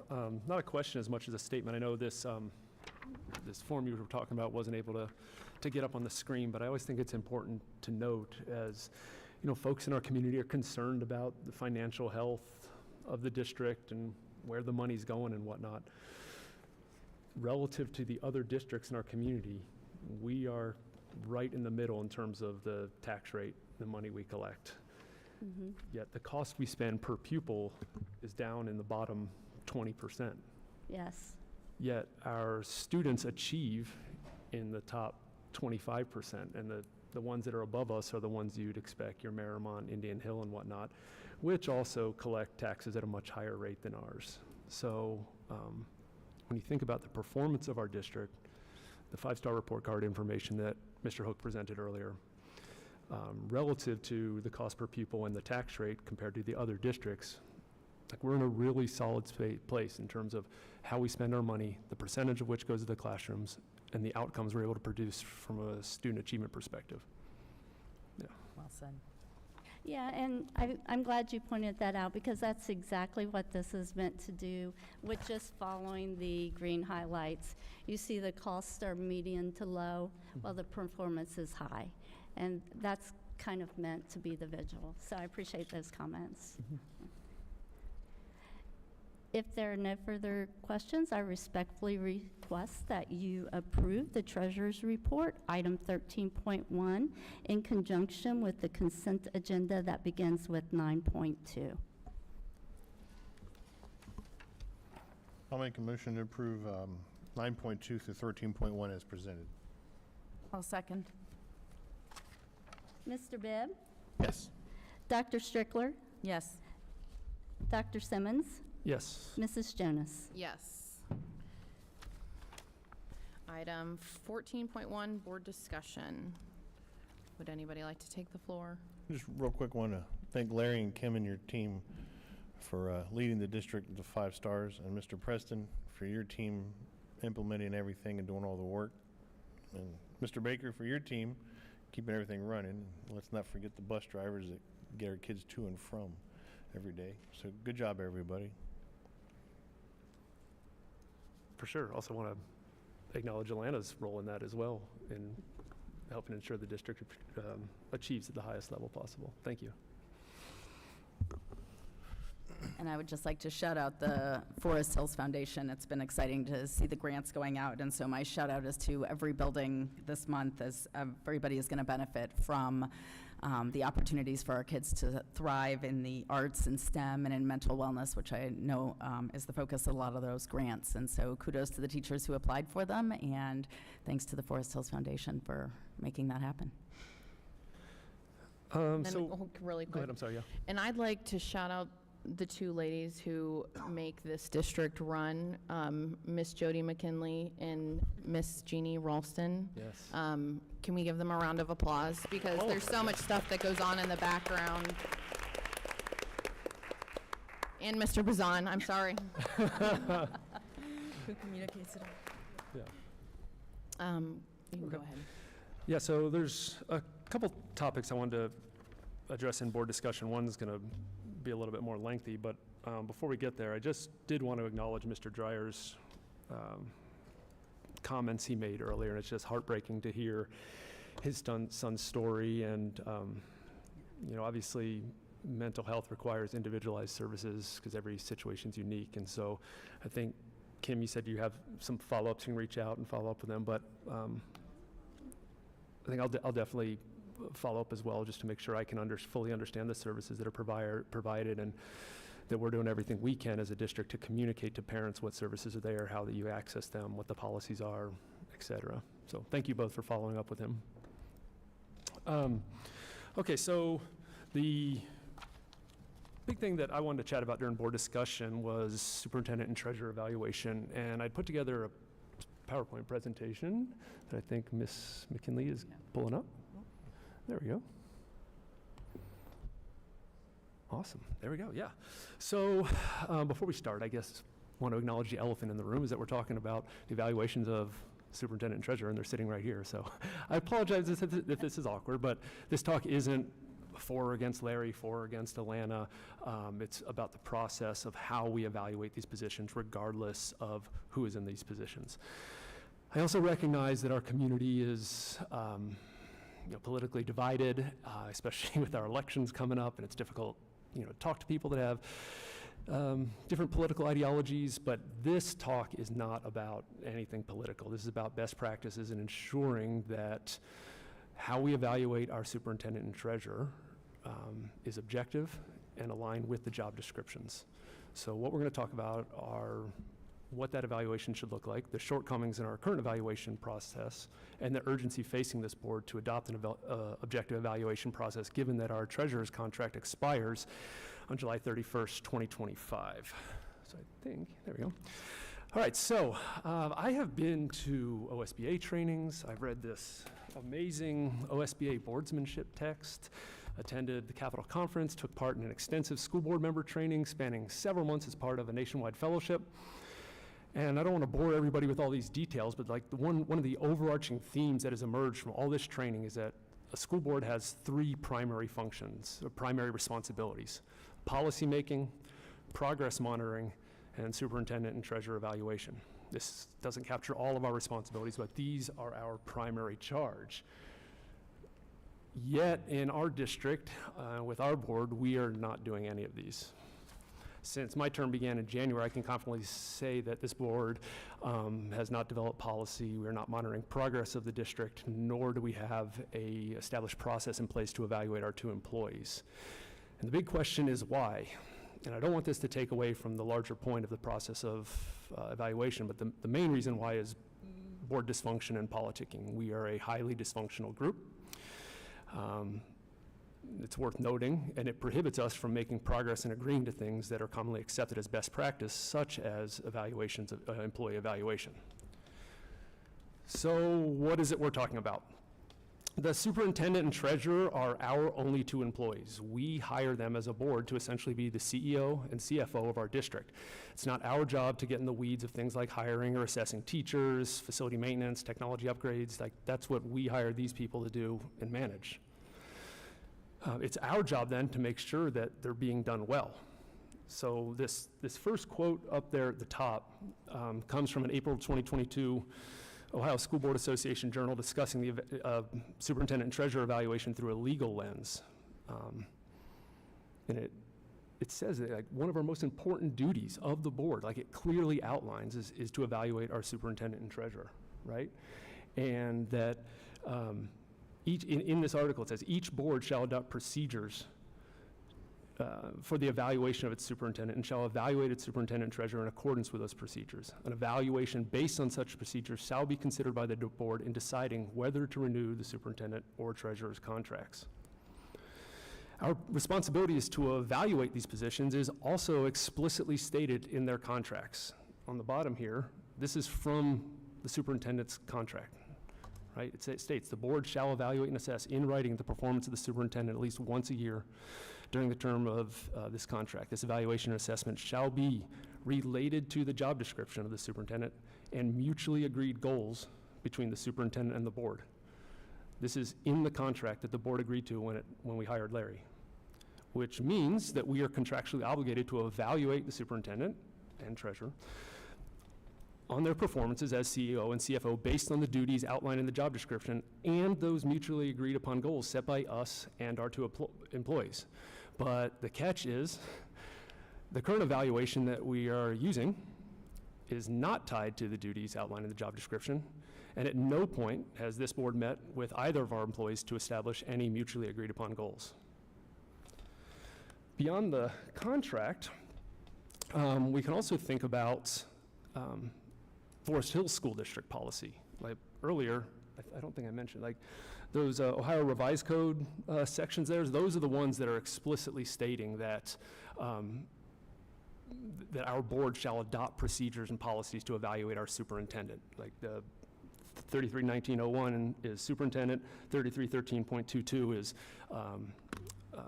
employment of the treasurer, as outlined in the Ohio Revised Code. So what are our policies and procedures that Ohio Revised Code is referring to? What we see here comes from Board Policy Section 1000, Policy 1110, Assessment of District Goals. I already noted that we don't have previously established goals with our superintendent and treasurer, but it clearly states in board policy that we should be doing so and then assessing those goals during evaluation based on adequate and reliable data, so assessment and evaluation can focus on how well the district is accomplishing its goals, right? We also have specific policies in our board policy manual that state how we should be evaluating both the superintendent and treasurer. As Dr. Strickler is going to show in a bit, our current evaluation process, which consists of a single 39-question survey, does not in any way assess progress toward goals because we don't have any. This hinders our ability to achieve the outcomes of state evaluation stated in Section 1000, Policy 1240, which is up there on the bottom, which specifically states identifying, through evaluation, we should be able to identify strengths and weaknesses in the operation of the district and establish specific objectives, the achievement of which will advance our district toward its goals. Regarding our treasurer, again, this comes straight from board policy, Section 1000, Policy 1330. Criteria for the evaluation of the treasurer should be based on the job description and relate directly to each of the tasks therein. More, the evaluation should be based on observable information rather than on factors requiring subjective judgment. Our current evaluation, as we'll show here in a few minutes, for the treasurer position, is not based on the job description, nor is it based on observable information, but instead subjective judgment. So what's the problem? This is a time-sensitive issue for this board. The treasurer's contract, as I mentioned, is up at July of next year. We went to executive session after last board meeting to discuss these contracts for the first time, and to me, it is clear that as a board, we are in no position to have these discussions given the lack of objective, observable data we have at our disposal. And what's most frustrating about this is that the urgency of this situation could have been avoided. Wendy and I have been asking since January for a strategic planning meeting with the 5 board members. We asked publicly at multiple board meetings. We spent hours on the phone trying to explain why such a meeting is needed. What we got in August was a good start, but that was the district presenting us with their strategic plan, not us as a group of 5 discussing what we want to see in the district, working collaboratively with our superintendent and treasurer to establish goals and a plan and process for evaluation. So we are at a point where this honestly needs to be a public conversation, and I think it is important to note prior case law from Greene County that I've cited up there for you all that explicitly states that employee evaluation is not protected conversation permitted for executive session. All right, so these are the conversation, the process of how we evaluate our employees should be happening in the public. I want to be very clear that this process, this conversation, what we're talking about here is about the process for evaluation, not the person in the role. We have been accused of trying to create chaos and divisiveness by bringing these issues to the public. That is not our goal. Our goal is to articulate to the community what is happening and the decisions that are being made. It's our responsibility as elected board members to adhere to a rigorous process of evaluation when making these really important decisions about who is running our district and who is handling our district's money. Fortunately, we happen to have an expert in evaluation and assessment on our school board. And so to assist in this conversation, I have asked Dr. Strickler to prepare some insights for us on the benefits of objective evaluations, what a rigorous evaluation process looks like, and why our current process does not meet that standard. So I'll turn it over to Dr. Strickler. Thanks. Thank you, Dr. Simmons. So I have a little background in this. My education includes systems development, systems change, systems evaluation. I've also taught ethics and assessment as part of my work. And so I have some strong feelings about the importance of what we need to do as a board and what we were elected to do as a board.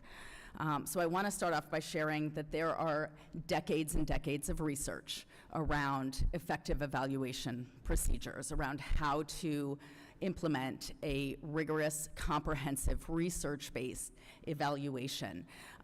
As far back as the early 2000s, Ohio itself was looking at how to create such a system of evaluation for teachers. So this is not new. And what that means is we have a lot of research and a lot of tools to help support and guide us as a board in order to make good decisions about our evaluation procedures.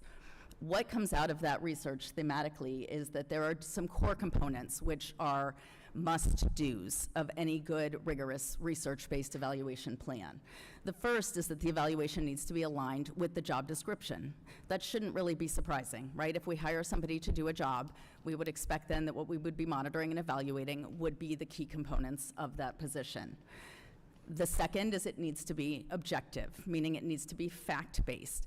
A lot of us who've been in any professional role have probably had to write a SMART goal at some point. I don't always love them, but they do help keep that objectivity at the forefront. And for those who aren't familiar with SMART goals, they are specific, so what's the targeted focus, measurable to keep them objective and observable by all members of the evaluation committee, achievable, relevant, so related in this case to our district goals and district plans, and timely, when do we want to see them happen by. They should be collaboratively developed, right? As a professional, I don't expect that others know my exact role or how it works, so I should be a part of the evaluation of those goals, as should our superintendent and as should our treasurer. Nobody up here serves as a school treasurer in the same way as Alana, and so I would expect to need her input on setting the goals and setting the action steps for any evaluation plan. And finally, multi-pronged, multifaceted, meaning there are multiple pieces of data triangulating. One of the key tenets of ethics and assessment, anywhere you look, is never make any big decisions on one piece of data, period. Right? So we need to have multiple sources of data to help us understand, from interviews to surveys to documents that have been created to other commendations, whatever it might be, to really look at what is the large picture, and then also historical trend data to make decisions. So why should we consider those different components? Well, as I mentioned, there are decades of international research. For anyone who's been involved in this research, Robert Marzano, John Hattie, Mike Fullen out of University of Toronto have all done independent research which have all led to similar findings. And they are findings that we need to be aware of as professionals and as leaders who are responsible for making job decisions for other individuals. One of the key pieces that has come out of all of that research is that one of the most impactful ways to get greater performance and greater growth is feedback. But as you can see noted here on the slide, feedback doesn't just happen. Feedback has to be set up through a system designed to allow opportunities to give that feedback. That is the evaluation and monitoring system that it is our job as a board of 5 to put into place. And for those who are researchy like I am and like their statistics, evaluation has an effect size of 0.75. For those who aren't, what that means is it is a highly, highly effective practice and needs to be in place for us to move forward effectively. So that's the international picture. State picture as well, as Jason mentioned, and I also pulled out my boardsmanship book, which if memory serves, Alana bought for us, about what is the guidance in Ohio. And the Ohio School Board Association is an association of educational professionals who are designed to help support school boards in the work they're doing. And so I pulled a couple notes out of this book that we all have, and you can see the part I've bolded. So they note that Ohio Revised Code says we need an evaluation plan, but it doesn't specify what it needs to be. That said, they do specify the process should be defined by the board and detailed in district policy, as Jason mentioned. The best evaluation procedures are professional and standards-based. There's that standards-based aligned to the job description, and understood and invested in by both the board and treasurer, meaning they need to be collaboratively developed and focused on continuous improvement. Further down below, they note that they, along with other associations, have created tools to help us be able to do this work professionally and objectively. So right there we have back to that objective data-based piece, which is so important in evaluations as well. So you have the international research, you have the state focus to get us to this place of best practices for evaluation. It means looking to the job description, it means looking at the district goals, and it means using those then collaboratively with our two employees to design strategic, rigorous, comprehensive evaluation plans on which we can really make decisions about next steps with our employees. Is this intensive? Yeah, it is. Is it time intensive? Does it take energy? Yes, it does. Is it our job? 100% yes. It is one of the things you elected us to do as officials who represent you as our community. So what's happening in Forest Hills and locally? In Forest Hills, there has been a historical precedent to use a rigorous, comprehensive, research-aligned evaluation tool. Several boards ago, the tool aligned with that provided by the Ohio School Board Association, available for free on the internet, was brought into practice in this district. And at that time, the board was able to get a small grant to be able to hire a consultant to help them figure out how to put this in practice and implement it effectively. That consultant was a retired superintendent who sat down in this district and helped develop a good assessment system for superintendent and treasurer in our district. So there is historical precedent set for using this kind of research-based rigorous system. We also reached out to several neighboring districts, and of all of those who responded, there were 6 or 8 districts from whom we heard. 100% of them are using something aligned with a tool similar to this rigorous research-aligned system. So not only is it research-based and best practice, it's local practice. It's what's happening in the districts around us because it's been acknowledged as a basic standard of practice for being able to make good database decisions.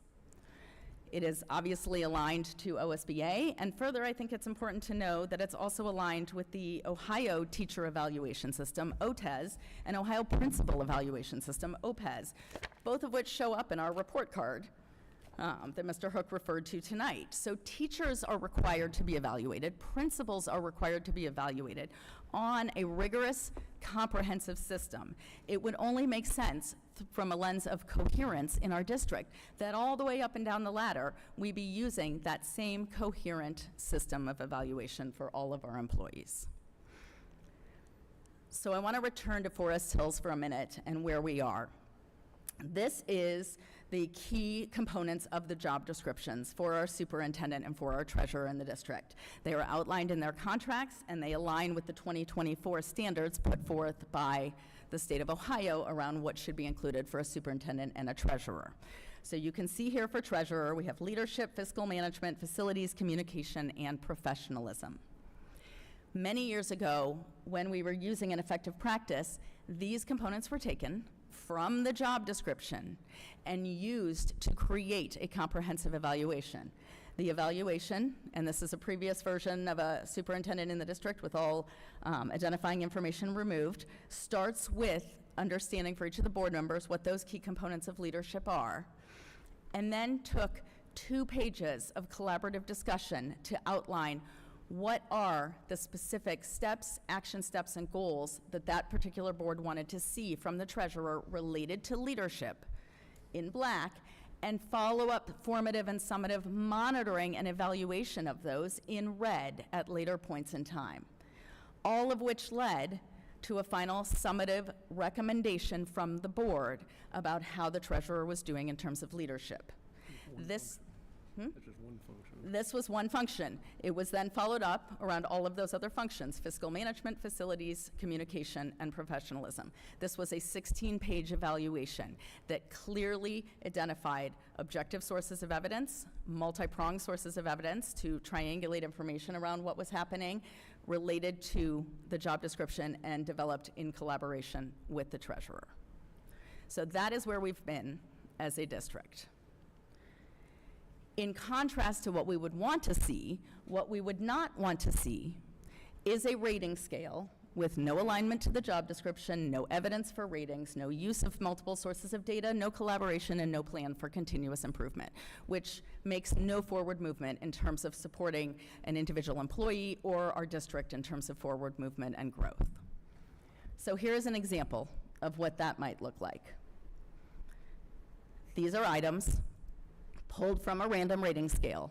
I've pulled out a collection of them here. It includes everything from maintaining poise and stability to working well with a variety of people. When I went through and analyzed the 39 items on this survey, 75% of them relate to personal disposition and relationships. Now, I'm not saying that's not a small piece of this puzzle, but remember, there were 5 core components of the job description of a treasurer. 75% of the items on the survey should not deal with personal disposition like poise and stability. Or appearance and grooming. Or appearance and grooming. So I'll save you the FOIA.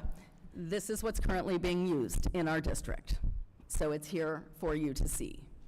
This is a problem in terms of being able to make good, rigorous, data-based, evidence-based, objective decisions about our superintendent or our treasurer at this time. So, as Jason mentioned, we have a treasurer contract that's up in July 2025. Do we have the rigorous information we need to make a good decision about next steps? No, we absolutely don't. As far as I'm concerned, that means we should not be making any decisions at the current time until we have data on which we can articulate to the community transparently and honestly and with a defensible reason what the decisions are we're making. So where does that leave us right now in terms of potential consequences in our district?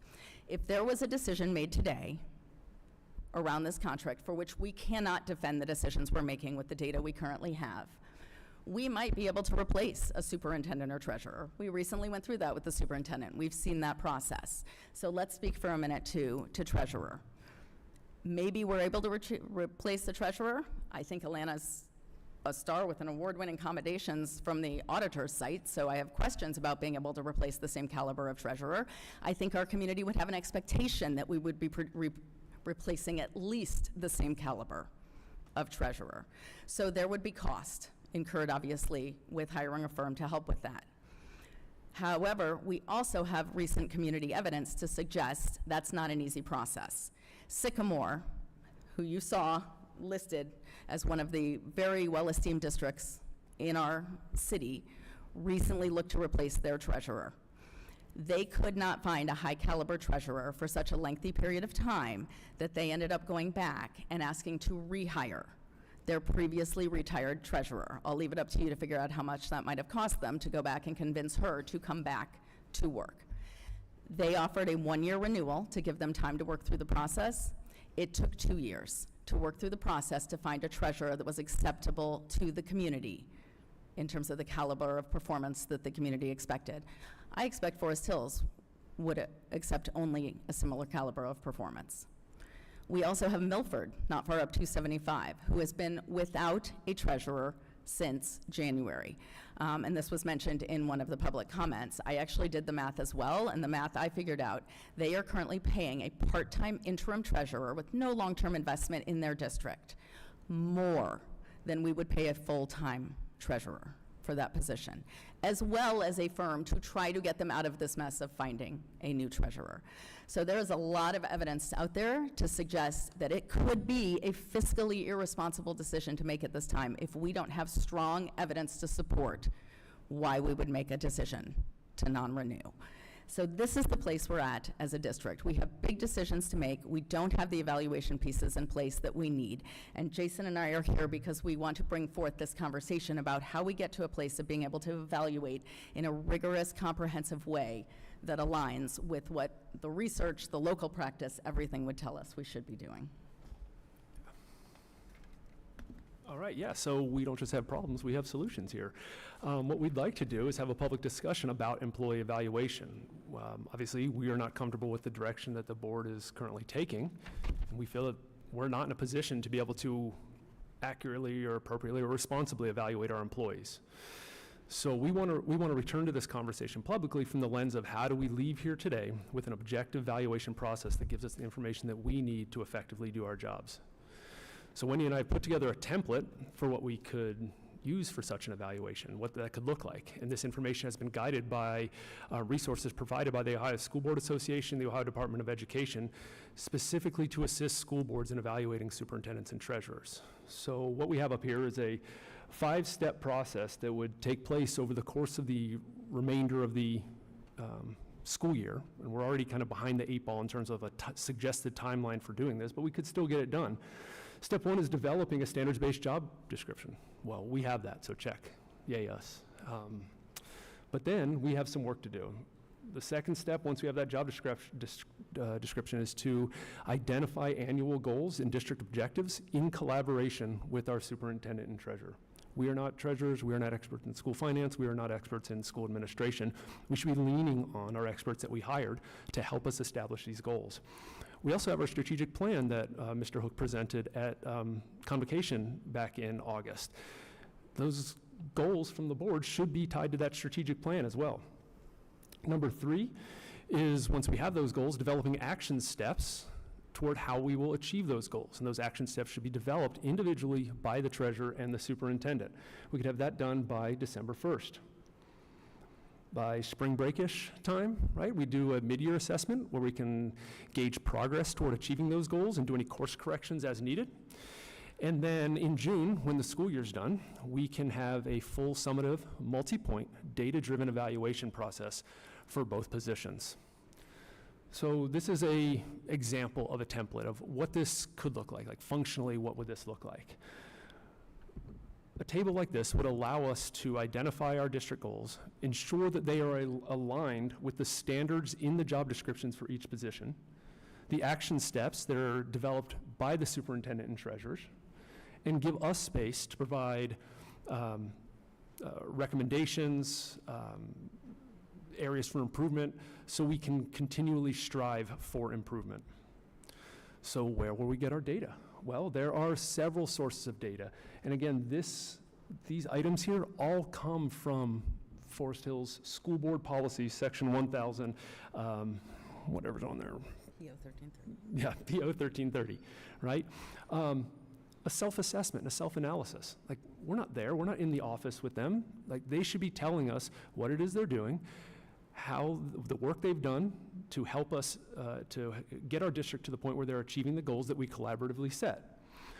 We should also be seeking feedback from employees. In that survey that we have right now, where there's questions in there about works well with their employees and maintains high employee morale. But there's no evidence for that. We didn't ask the employees if their morale is high. It's just completely subjective based on something. Right? So we can get feedback from employees. Recommendations from a board committee, and this is particularly important for the treasurer. I mentioned none of us are experts in school finance or state guidelines for the treasurer's office responsibilities and what needs to be reported.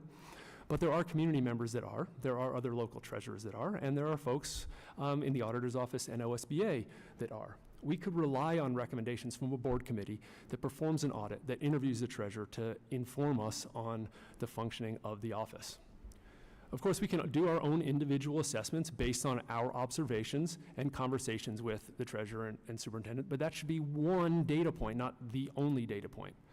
And we'd also, obviously permanent records, documents, like our budget reconciliations, the five-year forecast that Atlanta typically presents, and the superintendent reports and whatnot. So that kind of takes us to what we want to talk about as a board. The three questions we have, how can we leave you here today with a plan for objective, evidence-based evaluation process? What issues or challenges are standing in our way of adopting that process? And like, what uncertainties, what concerns do we have about this evaluation process that we've talked about? So I guess I'll start with the first one. For Mr. Baber, Mrs. Jonas, what is standing in the way of us adopting a plan? It doesn't have to be the same one we propose, but something more objective and evidence-based for our two employees. Well, just for some clarification, have you guys spoken with legal about any of this? Yes. Okay. I spoke with legal as well, and I was told that our current evaluations do not go against best practices or board policies. So you had mentioned something about board policies, and we do have a policy committee. I think Katie's not here, so the entire board is not here. I know that I'm fine with the evaluation system that we have in place, and I don't wish to change it. So you're saying it doesn't go against board practice, despite everything I just presented around what the research says of key components? I didn't say I said legal. Legal said that. Okay. I understand, but as a board member now, I'm asking you for your input in terms of understanding what best practice looks like. And I'm going to lean on legal and say that it does not go against best practices or board policies. And again, I'm fine with the evaluation, that we are using. And, I guess I'm kind of offended when, you guys,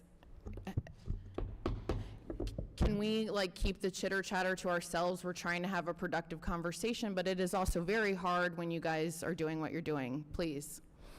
A highly dysfunctional board. I know at least myself, have tried working very hard with you guys, but it seems like topics like, I don't know, this is a school board. We are a democracy, majority rules. Sometimes you guys might not be in that group, and the dysfunction comes when it's decisions like that, I think, that we don't agree on, and it's just hard for you guys, I think, maybe to accept it. But I think we have had plenty of these discussions, especially in executive session. So again, I am fine with what we're doing. I'm not interested in doing this. And that's all I have to say, okay? Yeah, I think the board discussion, or the board dysfunction issue is larger than the majority versus the minority, which we've probably been reminded of dozens of times in terms like, can you count to three? I'm talking board dysfunction about being hung up on phone calls when we're trying to have this conversation, foul language being directed toward us in executive session meetings, members of our school board that are not here today engaging in posts where former school board president is making accusations of sexual abuse by a current school board member, right? That's the dysfunction I'm talking about, Mrs. Jonas. And that type of conversation. Social media, Jason, get off of social media. We're here. Yeah. We've been this together. Is the dysfunction. Again, can we please have conversations without the chitter chatter, please? But because of this dysfunction, and I'm not talking about, people can post whatever they want on social media. Sure they can. But when an existing board member engages with that post. She's not here to defend herself. I don't think that's fair that you bring that up. She doesn't need to defend herself. It's an objective fact that she engaged in a post that is definitely libelous at a minimum. And that type of dysfunction eliminates any sort of presumption of positive intent. There is no justification you can provide. You haven't provided any sort of justification for why you support the existing evaluation. You can say, I talked to legal. I gave you direct quotes from our board policy that says it should be based on objective judgment tied to the job description, or objective evidence tied to the job description, not subjective judgment. So what you're saying then is you want to change board policy so we can do the evaluation that you want to do. There is no board policy. I just read you the board policy that says explicitly what the evaluation should entail. There is policy. And Again, legal was in with us when we did the evaluations last year. you know what legal says to us? I can count to 3. He knows that the 3 of you are the ones that decide if he's employed by our district. That doesn't mean he's right. It doesn't mean he's an expert in evaluation. Certainly doesn't mean he's an expert in school finance. And board policy is criteria for the evaluation of the treasurer shall be based upon the job description and shall relate directly to each of the tasks described therein. Major functions of the position be based on observable information rather than on factors requiring subjective judgment. Section 1000, PO 1330. So it is very much in our Forest Hills Board policy that we will be using an objective, observable measure based on the criteria of the job description. And again, I am fine with our evaluation. Thank you. The other problem with the evaluation, in addition to the form itself, is that at no point were our superintendent and treasurer involved in the development of this. At no point were they given a heads up on the criteria for which they were going to be evaluated. This was something that they were evaluated on at the end of the year without any knowledge of what the board was looking for or how they were going to be evaluating them.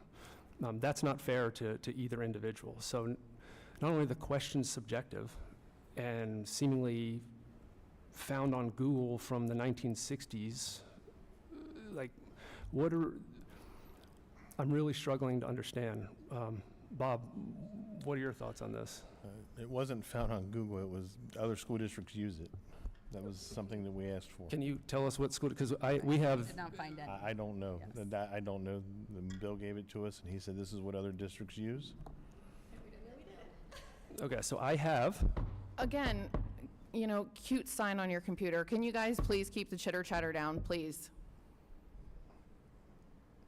again, Bill, our lawyer, is not an expert in evaluation, I'm not saying he was. I'm right? saying So he's- just because he gave us something doesn't mean that it's the definitive thing. Correct. These evaluation systems, And Go ahead. just like you're wanting us to do something different doesn't mean that yours is definitive either.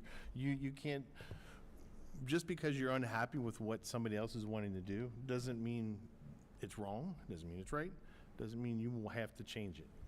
Correct, but when I can provide you research internationally, nationally, state guidance from the Ohio School Board Association, which we have all stood behind as an organization designed to help us, Right. all of which suggest this is better practice, then it's not Wendy saying, oh, I don't like it, or Jason saying, no, let's do something different. There is concrete evidence of a better system and a better way to be making decisions, and we don't seem willing to overcome this obstacle of, but we already did something else, to get to the learning piece of there is better information out there, and we can use that moving forward. I can only do as well as I can do on any given day, but when I know better, I do better. And we have presented information to suggest we can do better. I think anybody can do better. I understand that. right.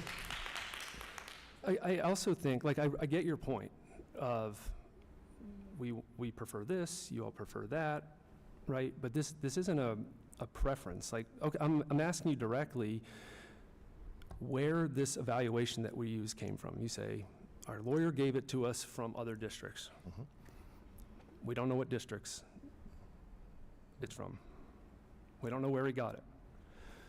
We are showing you what a dozen other districts are using that is different. We have templates that have been created by these 29 names on here for the superintendent evaluation template. They're all former and current superintendents. The treasurer evaluation system, all current and former treasurers.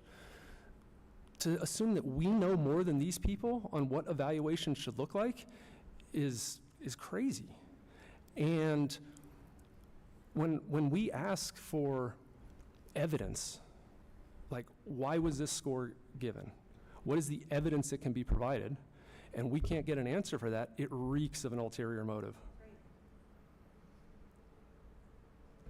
The districts that we heard back from that are using this best practice are all the districts that are highly rated on Elena's sheet, right? So they're doing something right in terms of their practices and procedures and feedback, which we know from the data lead to better outcomes and better growth.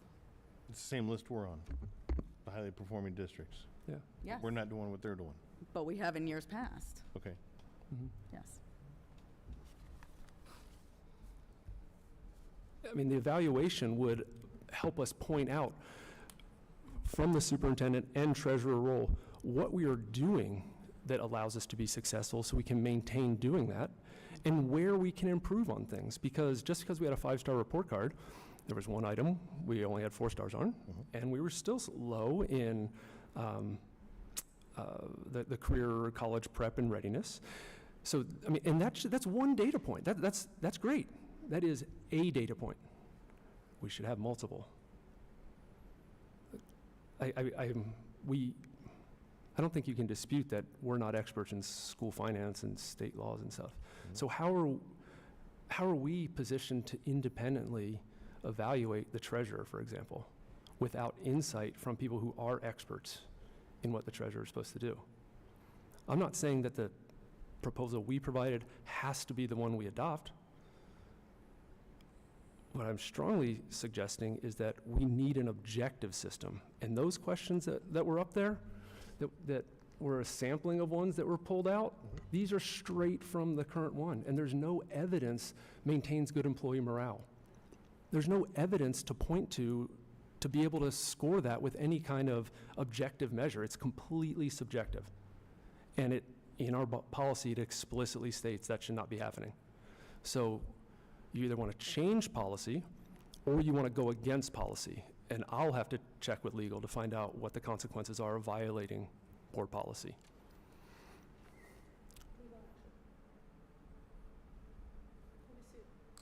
Okay. So what is standing in the way of moving to the more comprehensive evaluation system that was previously in place, for which we have historical data, which would allow us to, amongst other data sources, then have trend data over time of what's happening? I guess I don't understand what the barrier is when this is one of the 3 main functions of our board position, what the barrier is to moving forward with completing a rigorous comprehensive evaluation.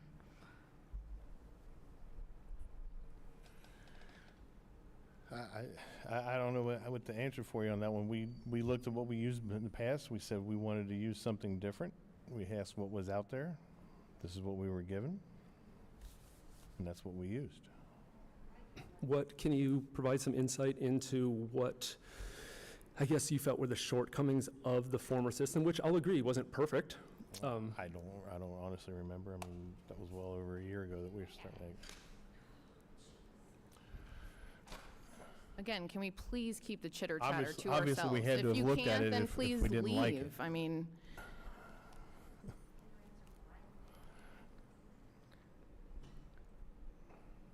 So the intent of the majority of the board is to move forward with the current evaluation system. Obviously, Mrs. Stewart's not here, but based on prior conversations with her, I feel like that's a fair assumption. You're saying for yourself and Mrs. Jonas? I'm happy with what we were using. All right, I am going to make it known in advance that I will abstain from any vote on any superintendent, treasurer, reappointment, whatever type of contracts, Okay. as long as that is being used. There will not be a unanimous decision on any of these contracts. And I would like to put on record that it would be reprehensible to make a decision based on that data, given everything we have discussed and shared here. And I'll have some feedback at the next board meeting in my conversations with not only our board's legal, but OSBA's legal team on what the consequences are of violating board policy, because I think there are some serious repercussions there. again, they're not. I verified with legal, but Okay. definitely follow up with him. Definitely will. Anybody else? Yeah, I actually had a few other things that I wanted to mention separate from that. The first, this incident from this past week with the student at Nagel with posts on social media and whatnot. This is, I mean, obviously, like, we are in a crazy time. You know, there was a school shooting a few weeks ago, and anytime something like this happens or there's the perception of a threat, like, parents are rightfully worried and concerned. And I had so many people reaching out to me. Like, we had people email all of us, and then just friends of mine reaching out to me that have kids in Nagel, feeling like they didn't have the information they needed to be able to make a decision on what's best for their family to send their kids to school that day. And I definitely want to acknowledge that, you know, the police are involved, so we're limited in what we can say. It's a minor, so we're limited in what we can say. And I know, Mr. Bibb, you had answered a lot of emails from folks. I know that our principal at Nagel had taken time for people that had called in to answer. But I just wonder if that information is available if people call.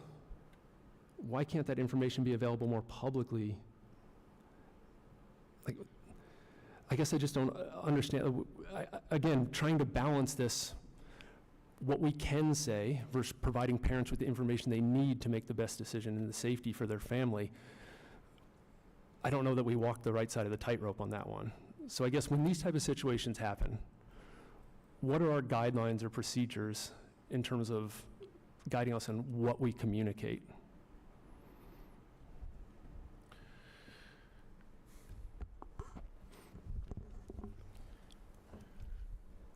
Specifically, we're not bound by the exact same thing that police are. Okay. Okay, so if there, let's say in any scenario, make one up. If there is criminal charges or criminal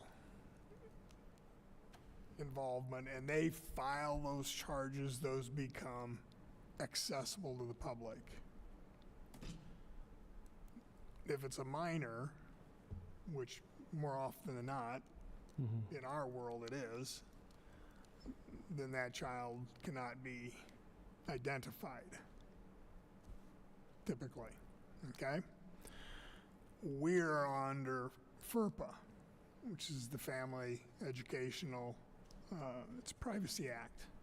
We cannot release anything to a third party, okay, without parental consent. You're talking about identifying is information. an educational, Right. any record. Right. I can't do it. It's a violation of FERPA. And I get not wanting to, like, obviously there's privacy concerns, there's FERPA concerns, but what ends up happening is other people figure out what happened and start sharing it online, and then the rumor mill starts, and like it spirals out of control, and now there's stuff that isn't true, or people are emailing in with, it's like, where did you hear that? Or I just feel like in certain situations like this, we can do a better job controlling the message to ensure that people feel safe, people make their decisions, and it just doesn't spiral out of control. I don't know the right answer. I just felt like in this case, you know, without identifying the student, without getting explicit into this was the images that were posted, this is what was said. Is there something more we can provide parents as opposed to, as you all know, we want to have a safe environment. Like it's super scary right now. The number of times, like frequently when I drop my son off at the bus stop, I just have that pit in my stomach and it just creeps into my mind. Could this happen at his school? It is terrible. And when something like this happens, it doesn't just creep in the back of the mind, it's all the way in the front of the mind, right? Like, these are the red flag type things you hear about in all these other incidents all over the country. And I think parents are rightfully concerned, and I feel like we, as a school district, have a responsibility to help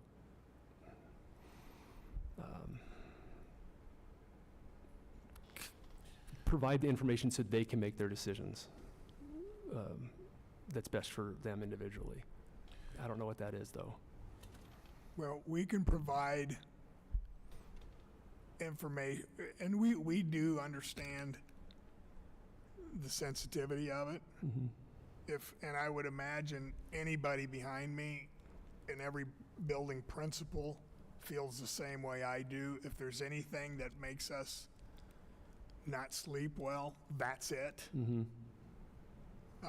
Just because of what you hear out there. But I can assure you, we have a fantastic relationship with the Hamilton County Sheriff's Office.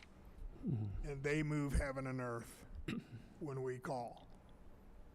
Or it works both ways. If they hear something that we need to look at, regardless of the situation, that happens. And it happens quickly. It doesn't matter if it's a school day. If it happens on a weekend, they're on it. But that's true in any situation. Now, we are in close communication with them on any investigation. We're in close communication with our internal people. And at the point where we're able to give definitive information, we do. We give exactly what we can. And there are times when we have to call legal and make sure that we're not stepping across the line. And does that matter? Okay.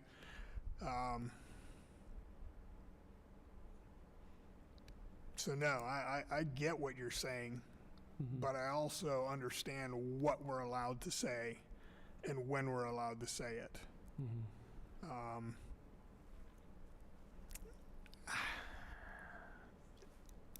I have to be careful even with what I'm saying now. Right.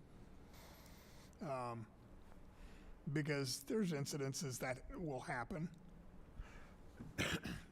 Do I think it'll, now, obviously not horrible, we certainly hope.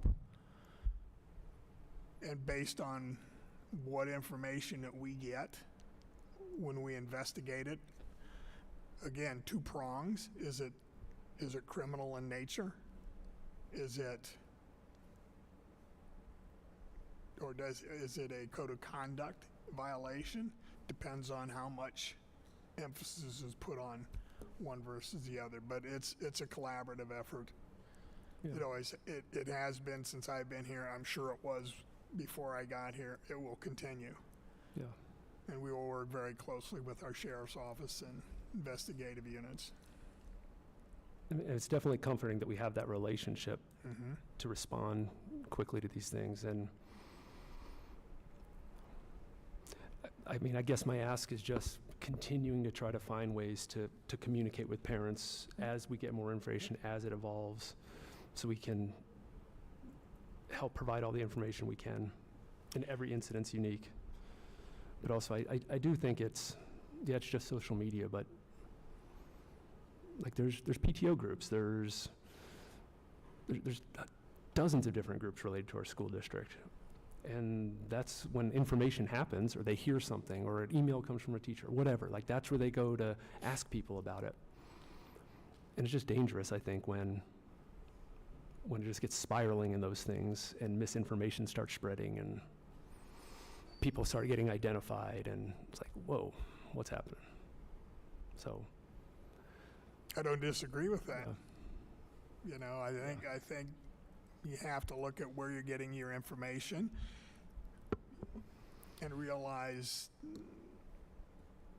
some of it could be accurate, some of it isn't. And again, when it's about a specific incident or a specific person, that really ties the ability to go in great detail. But again, I want you to rest assured that we move quickly. But that's not just me saying that. We talk about this all the time. Who's on first? Who's on second? What happens if this, when we move, and we know our people are moving quickly. And again, we'll have other scenarios, I'm sure, as the year goes on, different, whatever that could be. But we will attack it hard and quickly and to produce the safest environment for our kids. And that will always be our priority. Great. Well, thank you for that. I'm hogging all the time here. I have one more topic. This one isn't long. It is National Banned Books Week. Did y'all know that? Did you know that according to the American Library Association in 2023, last year, the number of titles targeted for banning in public libraries increased by 92% from last year? Wow. In 2021, there are 1,858 titles challenged for banning. 2022, 2,571, and last year, 4,240. Sounds like the same type of increase as you were talking about a few months ago about the vouchers. Nearly half of those, 47% of those books, those titles, represent voices of the LGBTQ community or BIPOC individuals. I encourage all our community members to read these books, and I think it's always a good idea to read books that people in power don't want you to read. So I want to have a special shout out and thank you to our librarians and English teachers for continuing to challenge our kids, introduce them to different voices and perspectives, and opening their minds to different kinds of literature. And that is all I have for board discussion. Anybody else?